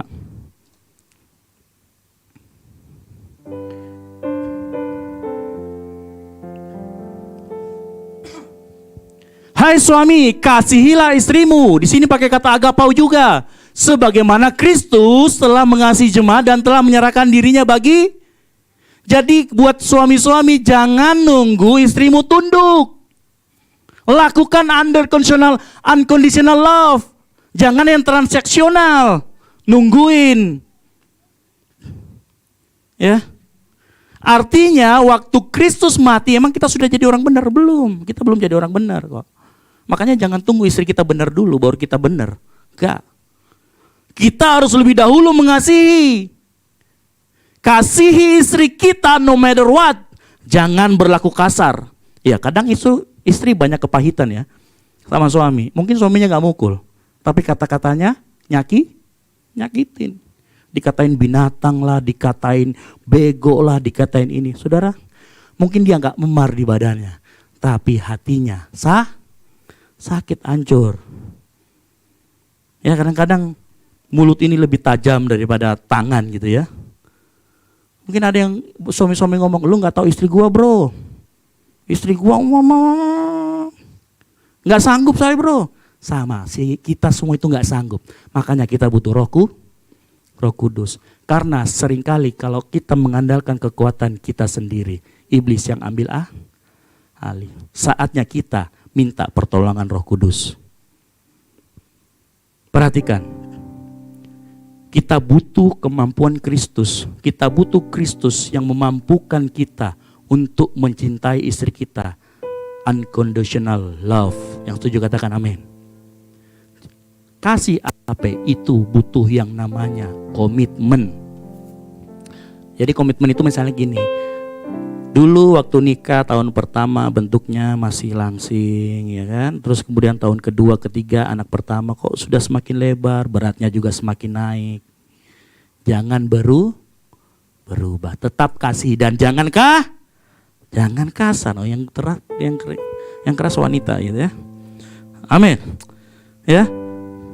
1 Petrus 3 ayat 7 kita baca lagi. 1 Petrus 3 ayat 7. Ini Petrus lagi yang ngomong. Penting. Saya mau kasih tahu sebuah peran yang penting buat seorang suami. Demikian juga kamu, hai suami-suami, hiduplah bijaksana dengan istrimu. Sebagai kaum yang lebih lemah, hormati mereka sebagai teman pewaris dari kasih karunia yaitu kehidupan. Supaya apa? Doamu jangan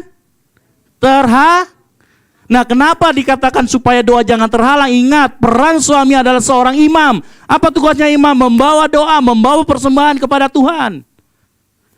Ya, ketika suami memperlakukan istrinya dengan tidak bijaksana dan tidak hormat, maka potensi suami sebagai imam, sebagai sumber itu mati. Karena apa? Doanya terhalang nantinya. Seringkali doa kita sebagai seorang suami itu terhalang. Bukan karena dosa mungkin. Atau bukan karena Allah tidak mengasihi kita sebagai pasangan suami istri. Tetapi sebagai suami, kita tidak menjadi sumber utama. Kenapa?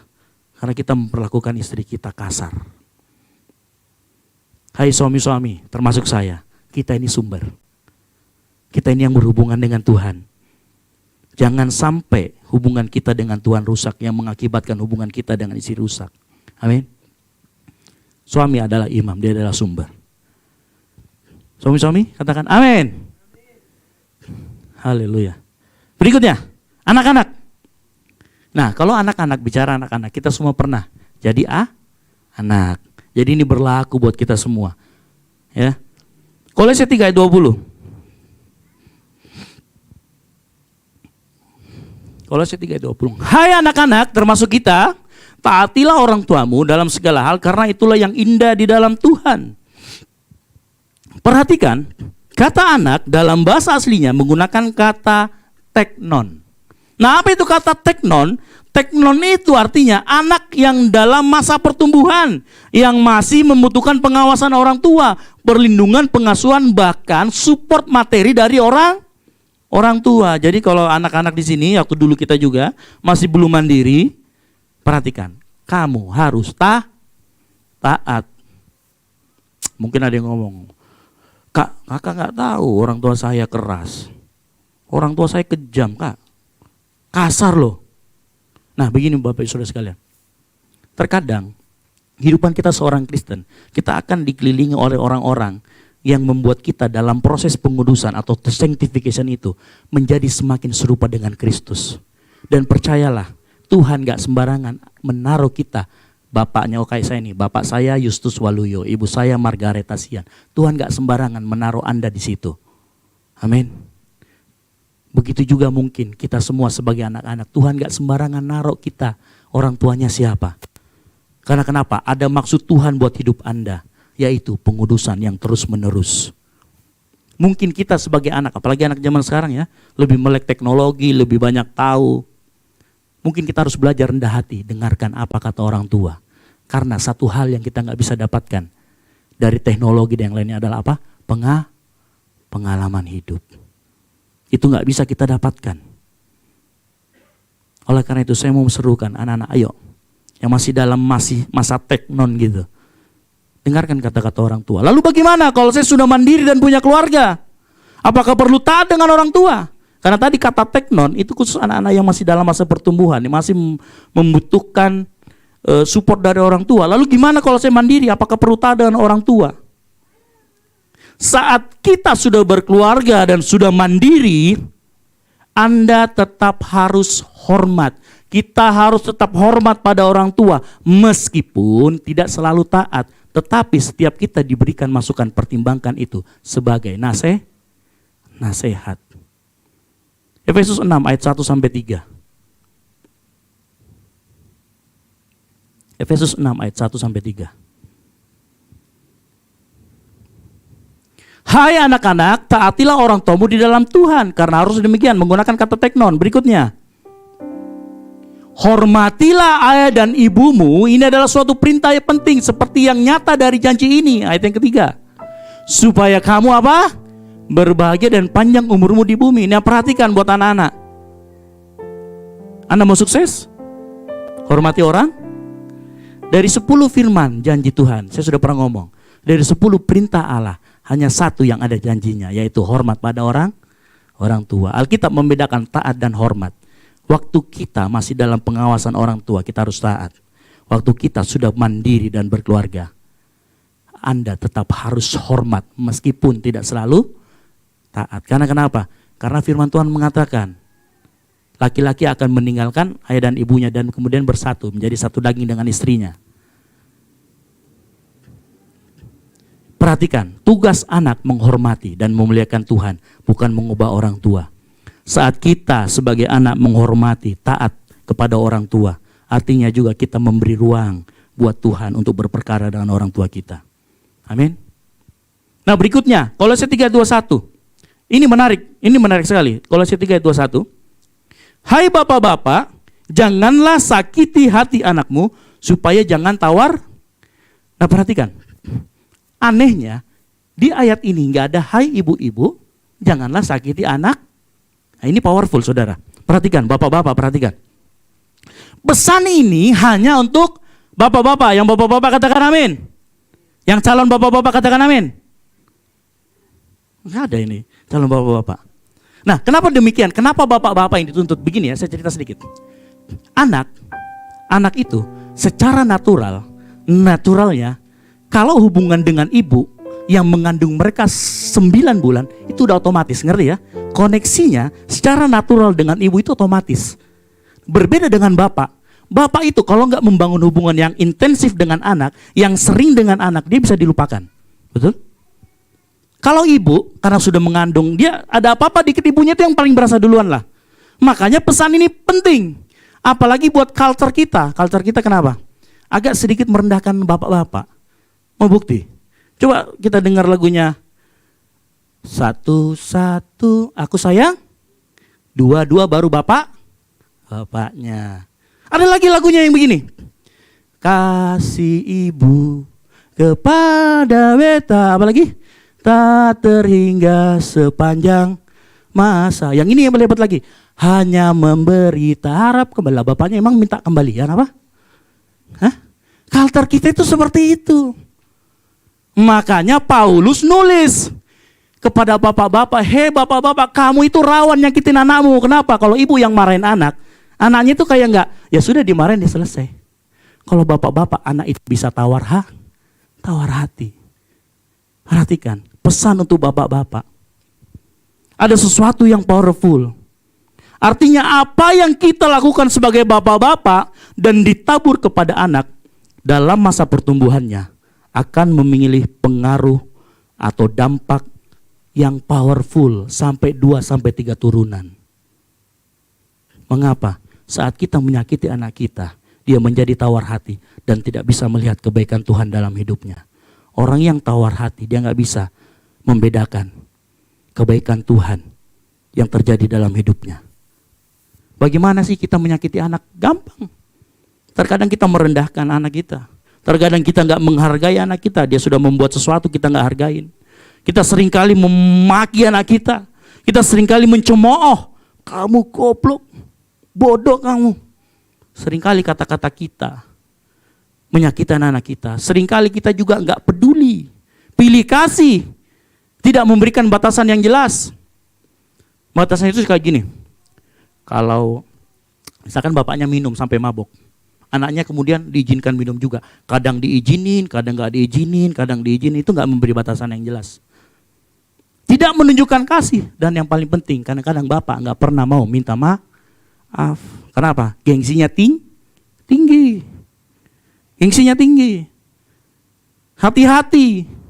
Kadang kita bapak-bapak juga hanya menganggap anak itu sebagai barang. Kenapa? Display kita gitu kan. Kamu ini anakku, bikin malu aja di depan orang tua. Bikin malu di depan tamu-tamu. Kadang kita menjadikan anak kita hanya sebagai display kita. Pagi hari ini kita mau sama-sama bertobat. Keluarga yang dipimpin oleh Roh Kudus, keluarga yang diurapi oleh Roh Kudus, harus mengenal Kristus. Saudara perhatikan, dari semua penjelasan itu, selalu ada dibandingkan dengan Kristus. Saat kita ngomong istri, Kristus di situ ada. Saat kita ngomong bapak atau suami, di situ Kristus ada. Saat kita ngomong tentang anak, di situ Kristus ada. Artinya apa? Keluarga yang diurapi harus ada Kristus sebagai dasar. Katakan amin. Harus punya firman Tuhan sebagai pedoman. Katakan amin. Harus punya Roh Kudus, karena itu yang memampukan. Saya berdoa setiap kita yang calon bapak-bapak, calon istri-istri, calon ibu, saya berdoa kita terus diurapi Roh Kudus, kita terus dipimpin oleh Roh Kudus dan menghasilkan buah roh yang dinikmati semua orang. Ayat terakhir, 1 Yohanes 4 ayat 12. Ayat yang terakhir. 1 Yohanes 4 ayat yang ke-12.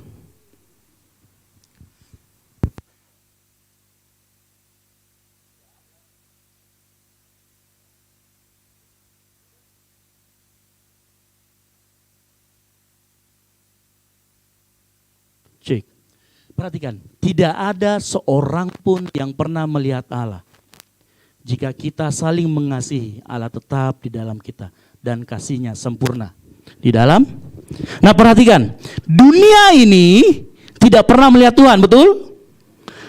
Dunia ini tetangga kita, teman kerja kita, rekan kantor kita tidak pernah melihat Tuhan. Tapi perhatikan, pada saat kita saling mengasihi, pada saat engkau mengasihi istrimu tanpa syarat, agapau, meskipun istrimu sering nanduk dan sering tidak layak dikasihi. Hai istri-istri, saat engkau menghormati suamimu, meski dia tidak layak dihormati dan tidak layak ditolong. Hai anak-anak, saat engkau menghormati dan menaati orang tuamu, meskipun orang tuamu tidak layak menerimanya semuanya itu. Disitulah kata jika kita saling melihat, saling mengasihi itu kelihatan. Amin.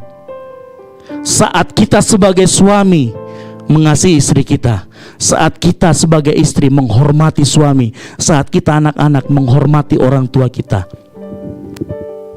kasih Tuhan itu menjadi nyata. Amin. Kasih Tuhan itu bisa kelihatan di dunia ini. Amin.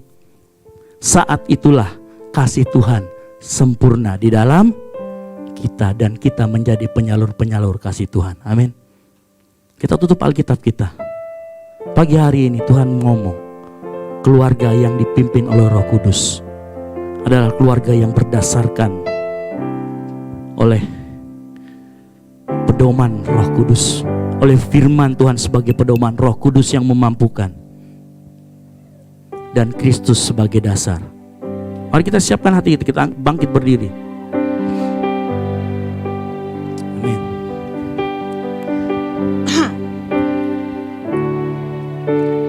Roh Kudus, Kau hadir di sini.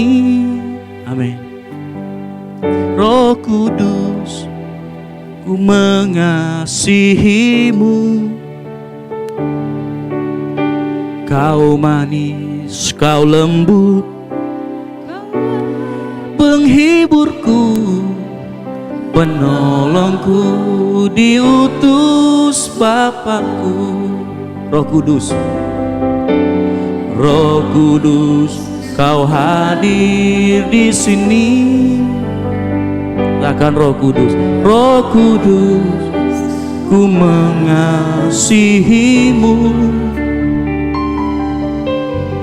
Kau lembut, Kau lembut, Kaulah penghiburku, penolongku, diutus Bapakku. Ku buka hati, ku buka hati untuk Roh-Mu Tuhan. Ku buka hati, ku buka hati menyembah-Mu Yesus. Jamalah, jamalah kami, penuhi kami.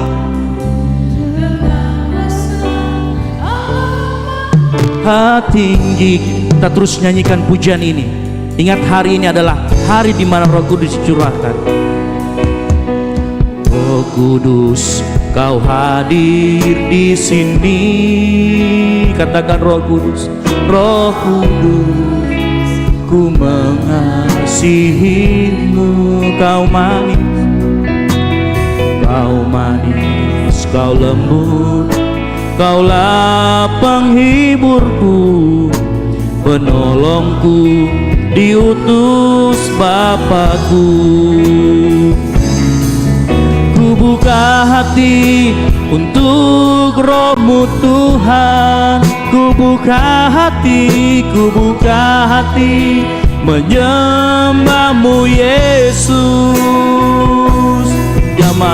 Jamalah kami, penuhi kami dengan kuasa Allah Maha Tinggi.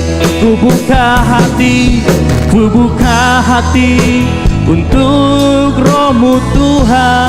Hai istri-istri, suami-suami, anak-anak, buka hatimu menyembah-Mu Yesus. Jamalah, jamalah kami, penuhi kami dengan kuasa Allah Maha Tinggi. Sambil angkat tangan kita.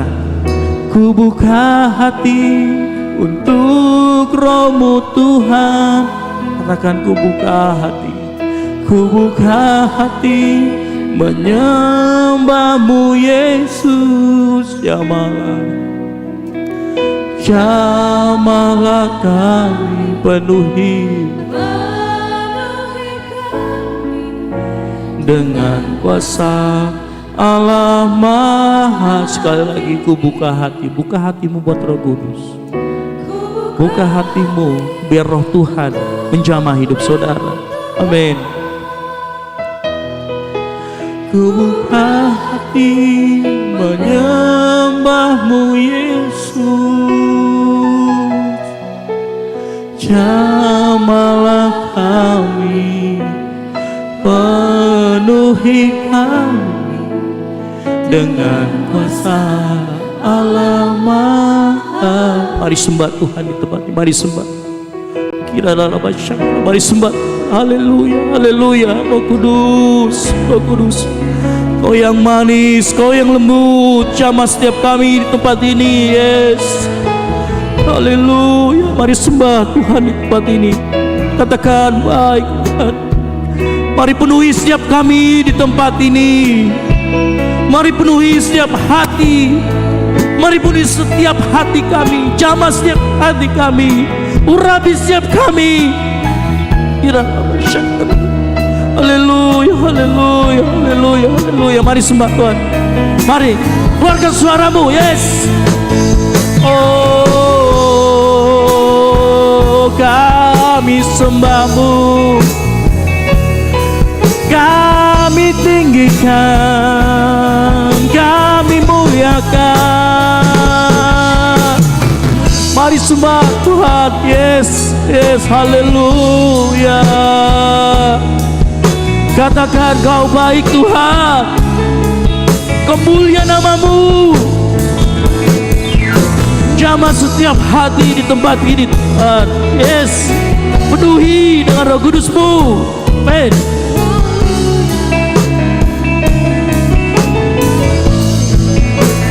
Haleluya. Yes, mari sembah Tuhan, sembah lebih dan lebih lagi. Yes, kita dalam baca.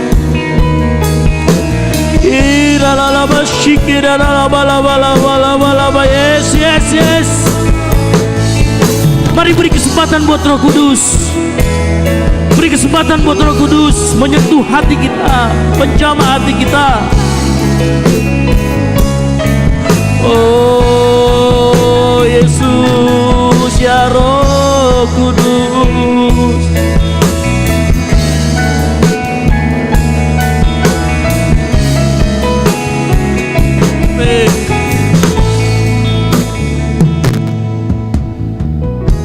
Dalam masyarakat.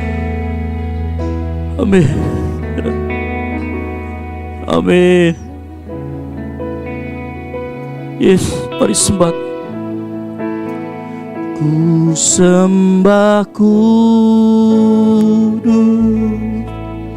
kudus, kuduslah.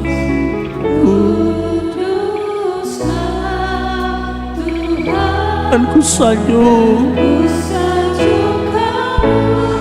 Yes, mulia bagimu. Ku sembah, ku sembah kudus, kudus, kuduslah Tuhan. Dan ku sanjung Kau mulia, mulia bagimu. Ku sembah kudus, ku sembah kudus, kudus, kuduslah,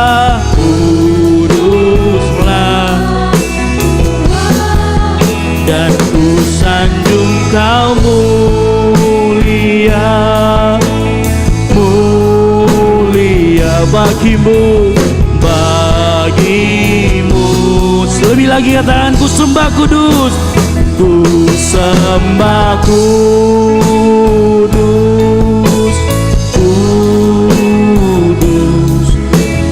kudus, kuduslah Tuhan. Dan ku sanjung Kau mulia, mulia bagimu Tuhan. Mari kita pagi hari ini siapkan hati kita. Kita akan bersekutu dengan tubuh dan darah Yesus. Di hadapan kita ada roti dan anggur. Kita mau siapkan hati kita dalam penyembahan kita kepada Tuhan. Kuduslah Tuhan, dan ku sanjung Kau mulia, mulia bagimu Tuhan. Haleluya, saya mohon kita terus nyanyikan pujian ini. Saya mohon pelayan perjamuan kudus boleh maju ke depan. Kuduslah Tuhan dan ku sanjung kemuliaan bagimu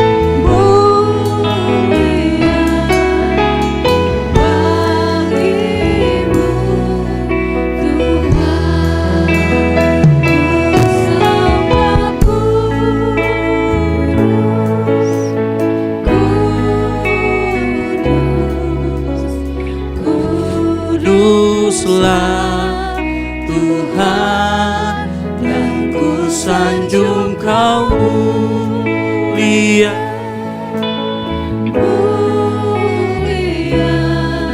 Bapak Ibu silakan duduk.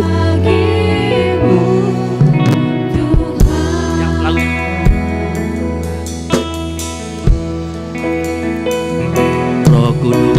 Roh Kudus, Kau hadir di sini.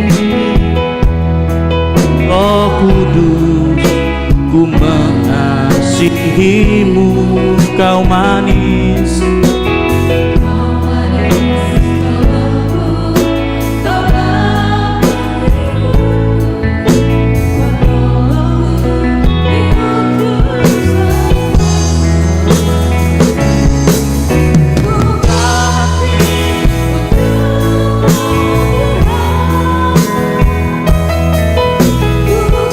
Hati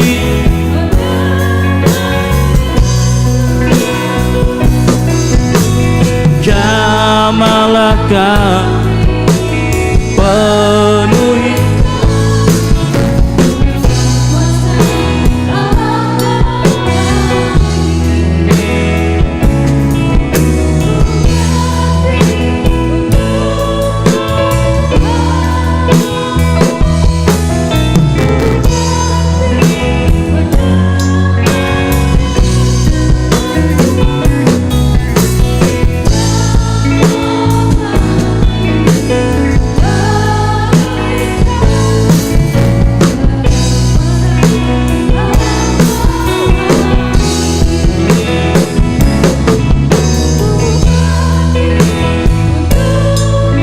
jemaat yang dikasih Tuhan yang sudah menerima perjamuan kudus dipersilakan bangkit berdiri. Menyembahmu Yesus, jamalah kami, penuhi kami dengan kuasa. Ku buka hati dengan sikap penyembahan kita. Katakan, ku buka hati untuk Roh-Mu Tuhan.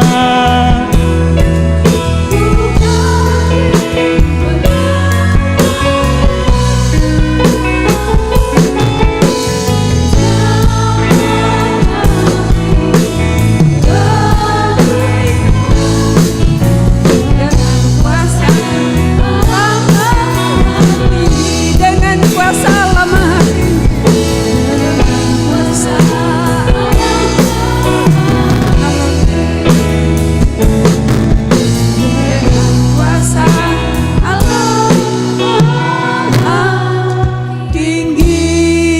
haleluya, haleluya. Mari kita angkat tinggi-tinggi roti yang ada di tangan kita, haleluya. Kita persiapkan seluruh tubuh, jiwa dan roh kita untuk bersekutu dengan tubuh dan darah Yesus Kristus, haleluya. Terima kasih Tuhan, haleluya. Lalu ia mengambil roti, mengucap syukur, memecah-mecahkannya dan memberikannya kepada mereka, katanya, inilah tubuhku yang diserahkan bagi kamu. Perbuatlah ini menjadi peringatan akan daku. Percayakah saudara akan hal ini? Amin. Dalam nama Yesus kita makan bersama. Haleluya.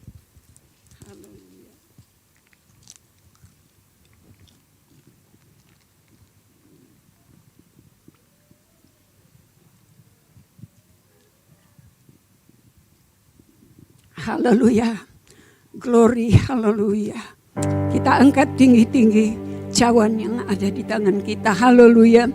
Demikian juga dibuatnya dengan cawan sesudah makan. Ia berkata, cawan ini adalah perjanjian baru oleh darahku yang ditumpahkan bagi kamu. Haleluya. Percayakah saudara akan hal ini? Amin. Dalam nama Yesus kita minum bersama.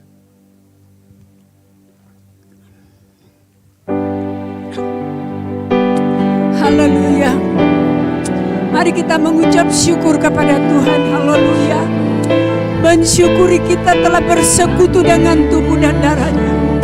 Haleluya. Syukur bagimu Tuhan. Syukur bagimu Yesus. Haleluya. Haleluya. Yesus, terima kasih. Yesusku, puji syukur hanya bagi Tuhanku. Terima kasih Yesusku. Haleluya. Yesusku, puji syukur hanya bagi Tuhanku.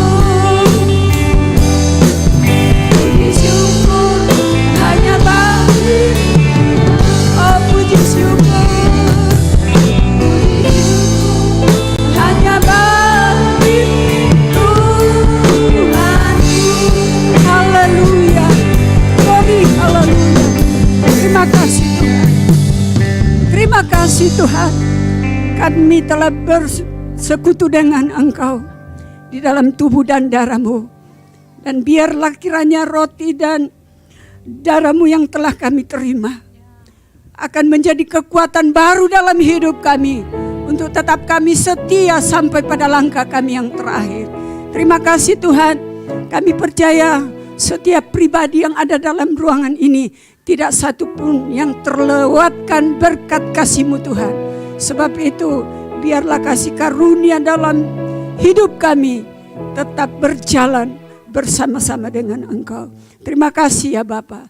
Ini doa dan permohonan kami kepadamu dalam nama Bapa, Anak dan Roh Kudus. Haleluya. Bersama-sama kita katakan amin.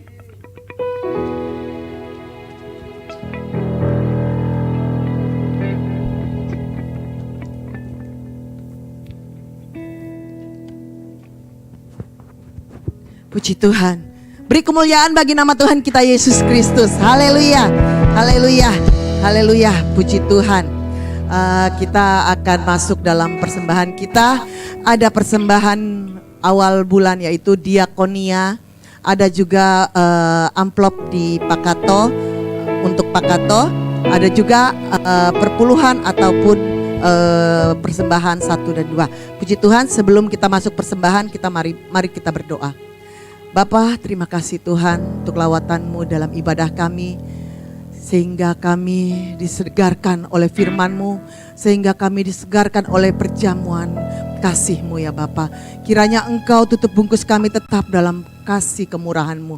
Berkati hamba-Mu yang telah memberitakan firman, tutup bungkus dengan kuat kuasa darah Tuhan. Akal budi hikmat daripada Tuhan mewarnai kehidupan pelayanannya, keluarganya Tuhan, diberkati oleh Tuhan. Terima kasih Bapa yang baik. Saatnya kami akan melanjutkan ibadah kami ya Bapa. Kami akan memberikan persembahan kami yang kami bawa dari rumah kami masing-masing. Kiranya Engkau memberkati kami. Kami bukan berkekurangan ataupun berkelebihan Bapa, namun kami rasakan ini hanya untuk ucapan syukur kami kepadamu ya Bapa. Terima kasih Bapa yang baik. Terima kasih Roh Kudus. Kami lanjutkan ibadah kami pada siang hari ini di dalam nama Tuhan Yesus Kristus yang hidup. Haleluya. Amin. Selamat memberi. Tuhan Yesus memberkati. Katakan, kecaplah dan lihatlah.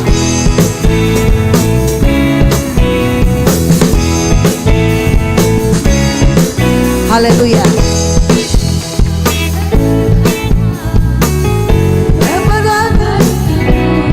Itu rasakan dan nikmati kasih setia Tuhan. Kecaplah dan lihatlah betapa baiknya Tuhan.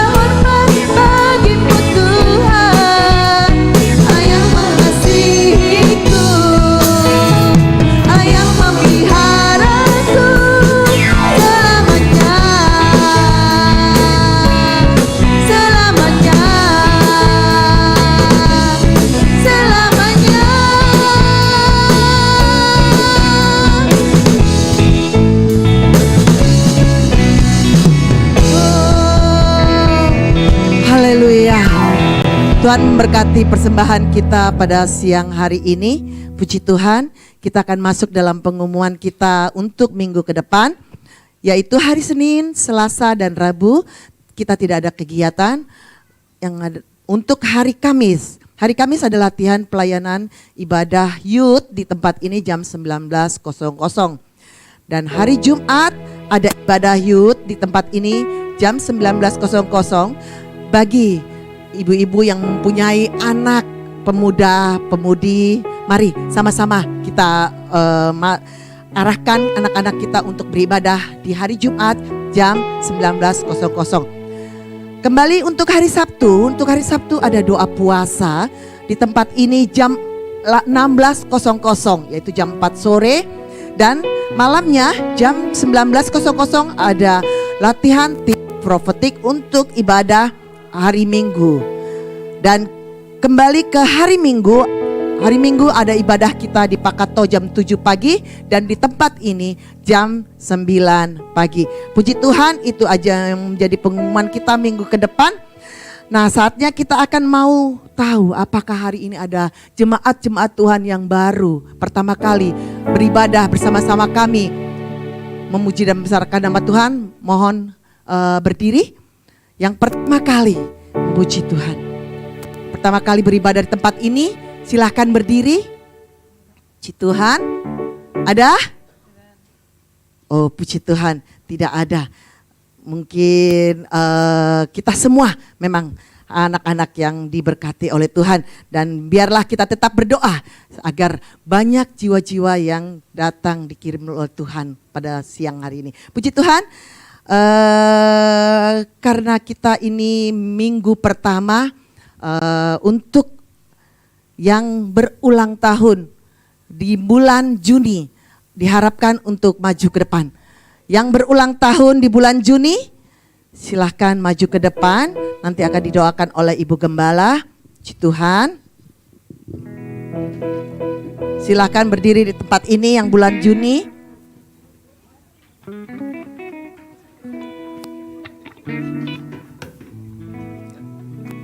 Saya juga.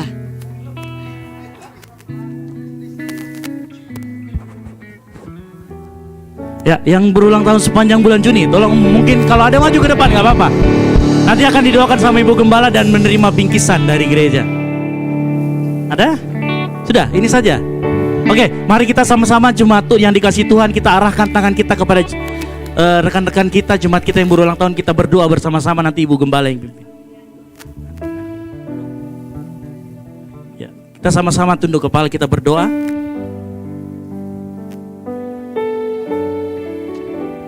Glory, haleluya. Haleluya. Kami bersyukur kepadamu Tuhan. Untuk kekasih kami ini telah Engkau tambahkan usianya setahun lagi. Dan dia boleh menikmati kebaikan-Mu Tuhan. Itu sebabnya dia boleh datang dan bersyukur kepadamu. Dalam nama Tuhan Yesus Engkau diberkati oleh Tuhan. Demikian juga Engkau telah ditambahkan usia setahun lagi. Dan kami percaya Engkau tetap setia dan setia kepada Tuhan. Karena dia tetap setia Amen. Untuk menjaga, menolong, membimbing Engkau dalam rumah tangga, dalam segala hal. Kamu akan tetap diberkati oleh Amen. Tuhan secara luar biasa dalam nama Yesus. Haleluya. Engkau diberkati oleh Tuhan dari masa muda sampai masa tua rambutmu. Engkau tetap digendong oleh Tuhan. Dan Amen. engkau menjadi orang yang berhasil. Yes. Karena engkau hormat dan takut Yes. kepada Tuhan dalam Amen. nama Dalam Yesus. nama Yesus. Untuk ibu kekasih yang kami kasihi dalam Yesus Kristus. Dari masa mudamu sampai saat ini engkau tetap dipelihara oleh Tuhan. Dan bukti dari pemeliharaanmu Tuhan. Kalau sampai hari ini engkau masih ada. Engkau kuat di dalam Tuhan. Dalam nama Yesus. Kiranya kekuatan daripada Tuhan itu Amen. menjadi bagian dalam hidup. Dalam nama Yesus engkau diberkati Tuhan. Anak ini Tuhan masih kecil. Namun kami percaya bahwa anak ini akan bertumbuh besar dan menjadi hormat dan takut kepada Tuhan. Dan engkau berikan hikmat kepada orang tuanya. Dan Amen. dia boleh mengajarkan anak-anaknya itu takut dan hormat kepadamu. Dalam nama Tuhan Dalam nama Yesus, Yesus. engkau diberkati oleh Tuhan. Haleluya. Dalam dalam nama Yesus. Haleluya. Amin. Amin. Umur panjang di tangan kanan, di tangan kirinya kehormatan dan kekayaan sampai selamanya. Umur panjang di tangan kanan, di tangan kirinya kekayaan dan kehormatan sampai selamanya. Umur panjang di tangan kanan, di tangan kirinya kekayaan dan kehormatan sampai selamanya, sampai selamanya, sampai selamanya. Haleluya, beri kemuliaan bagi Tuhan. Haleluya, haleluya, puji Tuhan. Haleluya. Kita akan sudah berada di pengunjung ibadah kita pada siang hari ini. Mari kita bangkit berdiri. Kita akan menutup ibadah kita pada siang hari ini.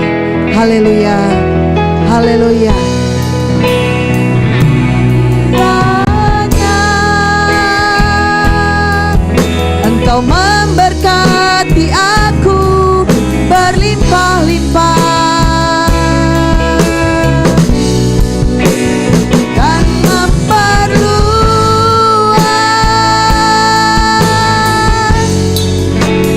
daerahku.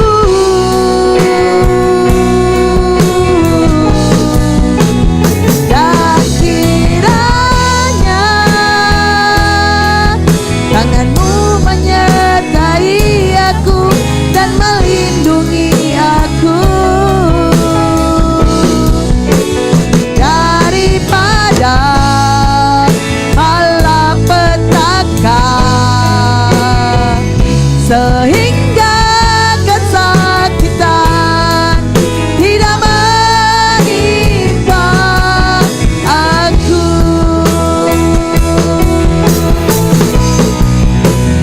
Kiranya Engkau memberkati aku berlimpah-limpah dan memperluas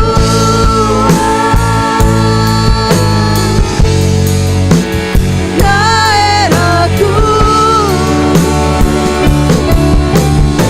Saya serahkan kepada doa syafaat.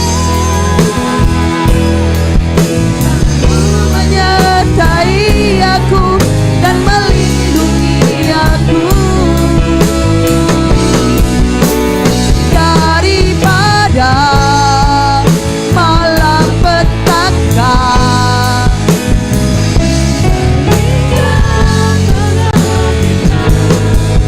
Tidak menimpa aku.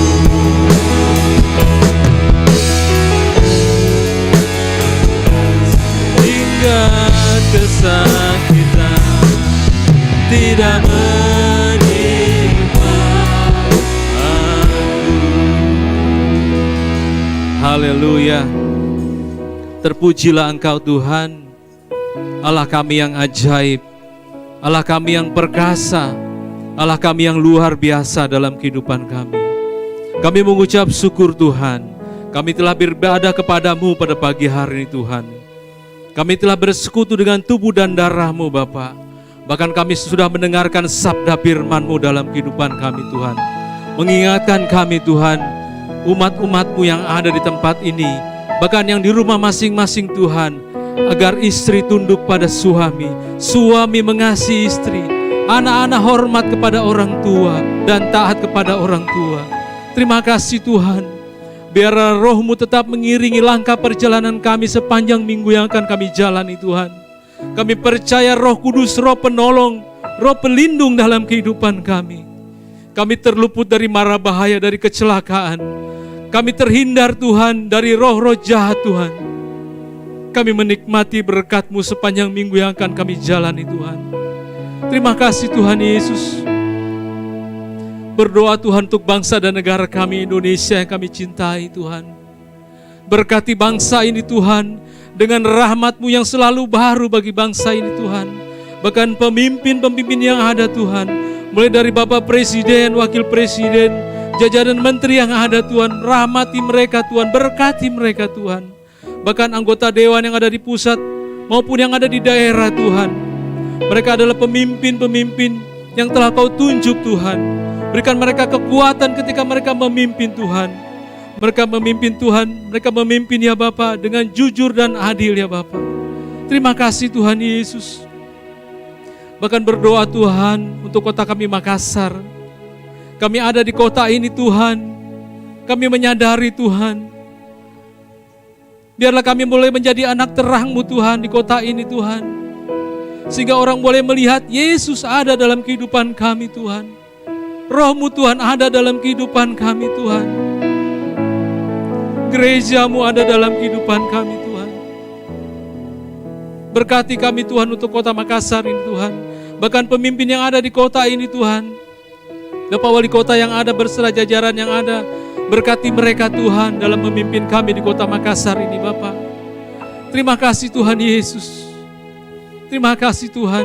Kami merindukan kedamaian Tuhan untuk kota kami yang kami cintai di Makassar ini Tuhan.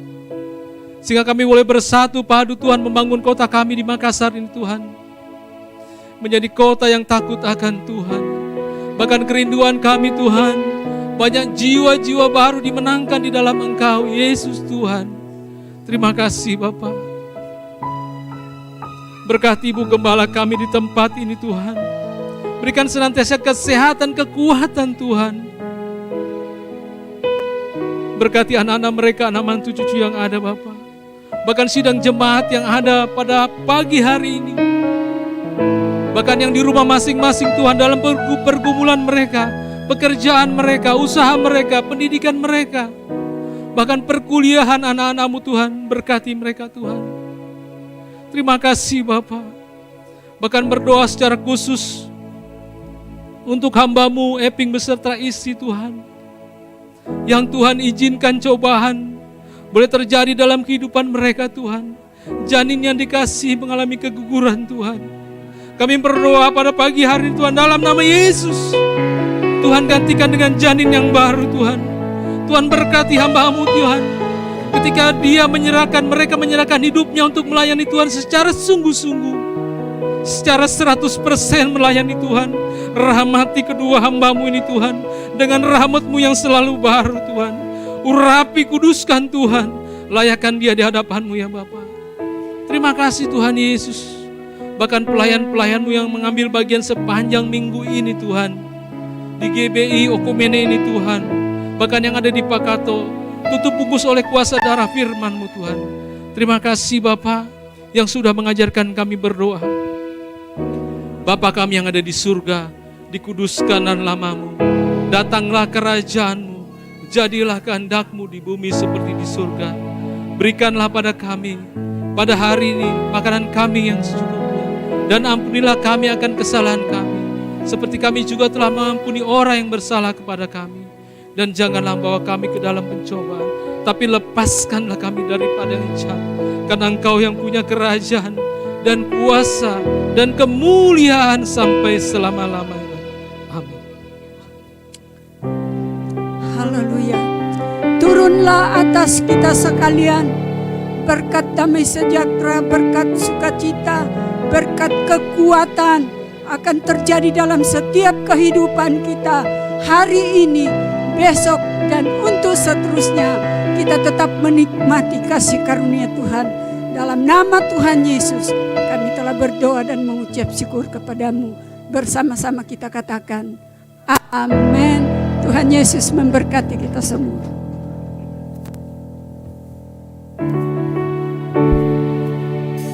Saat teduh.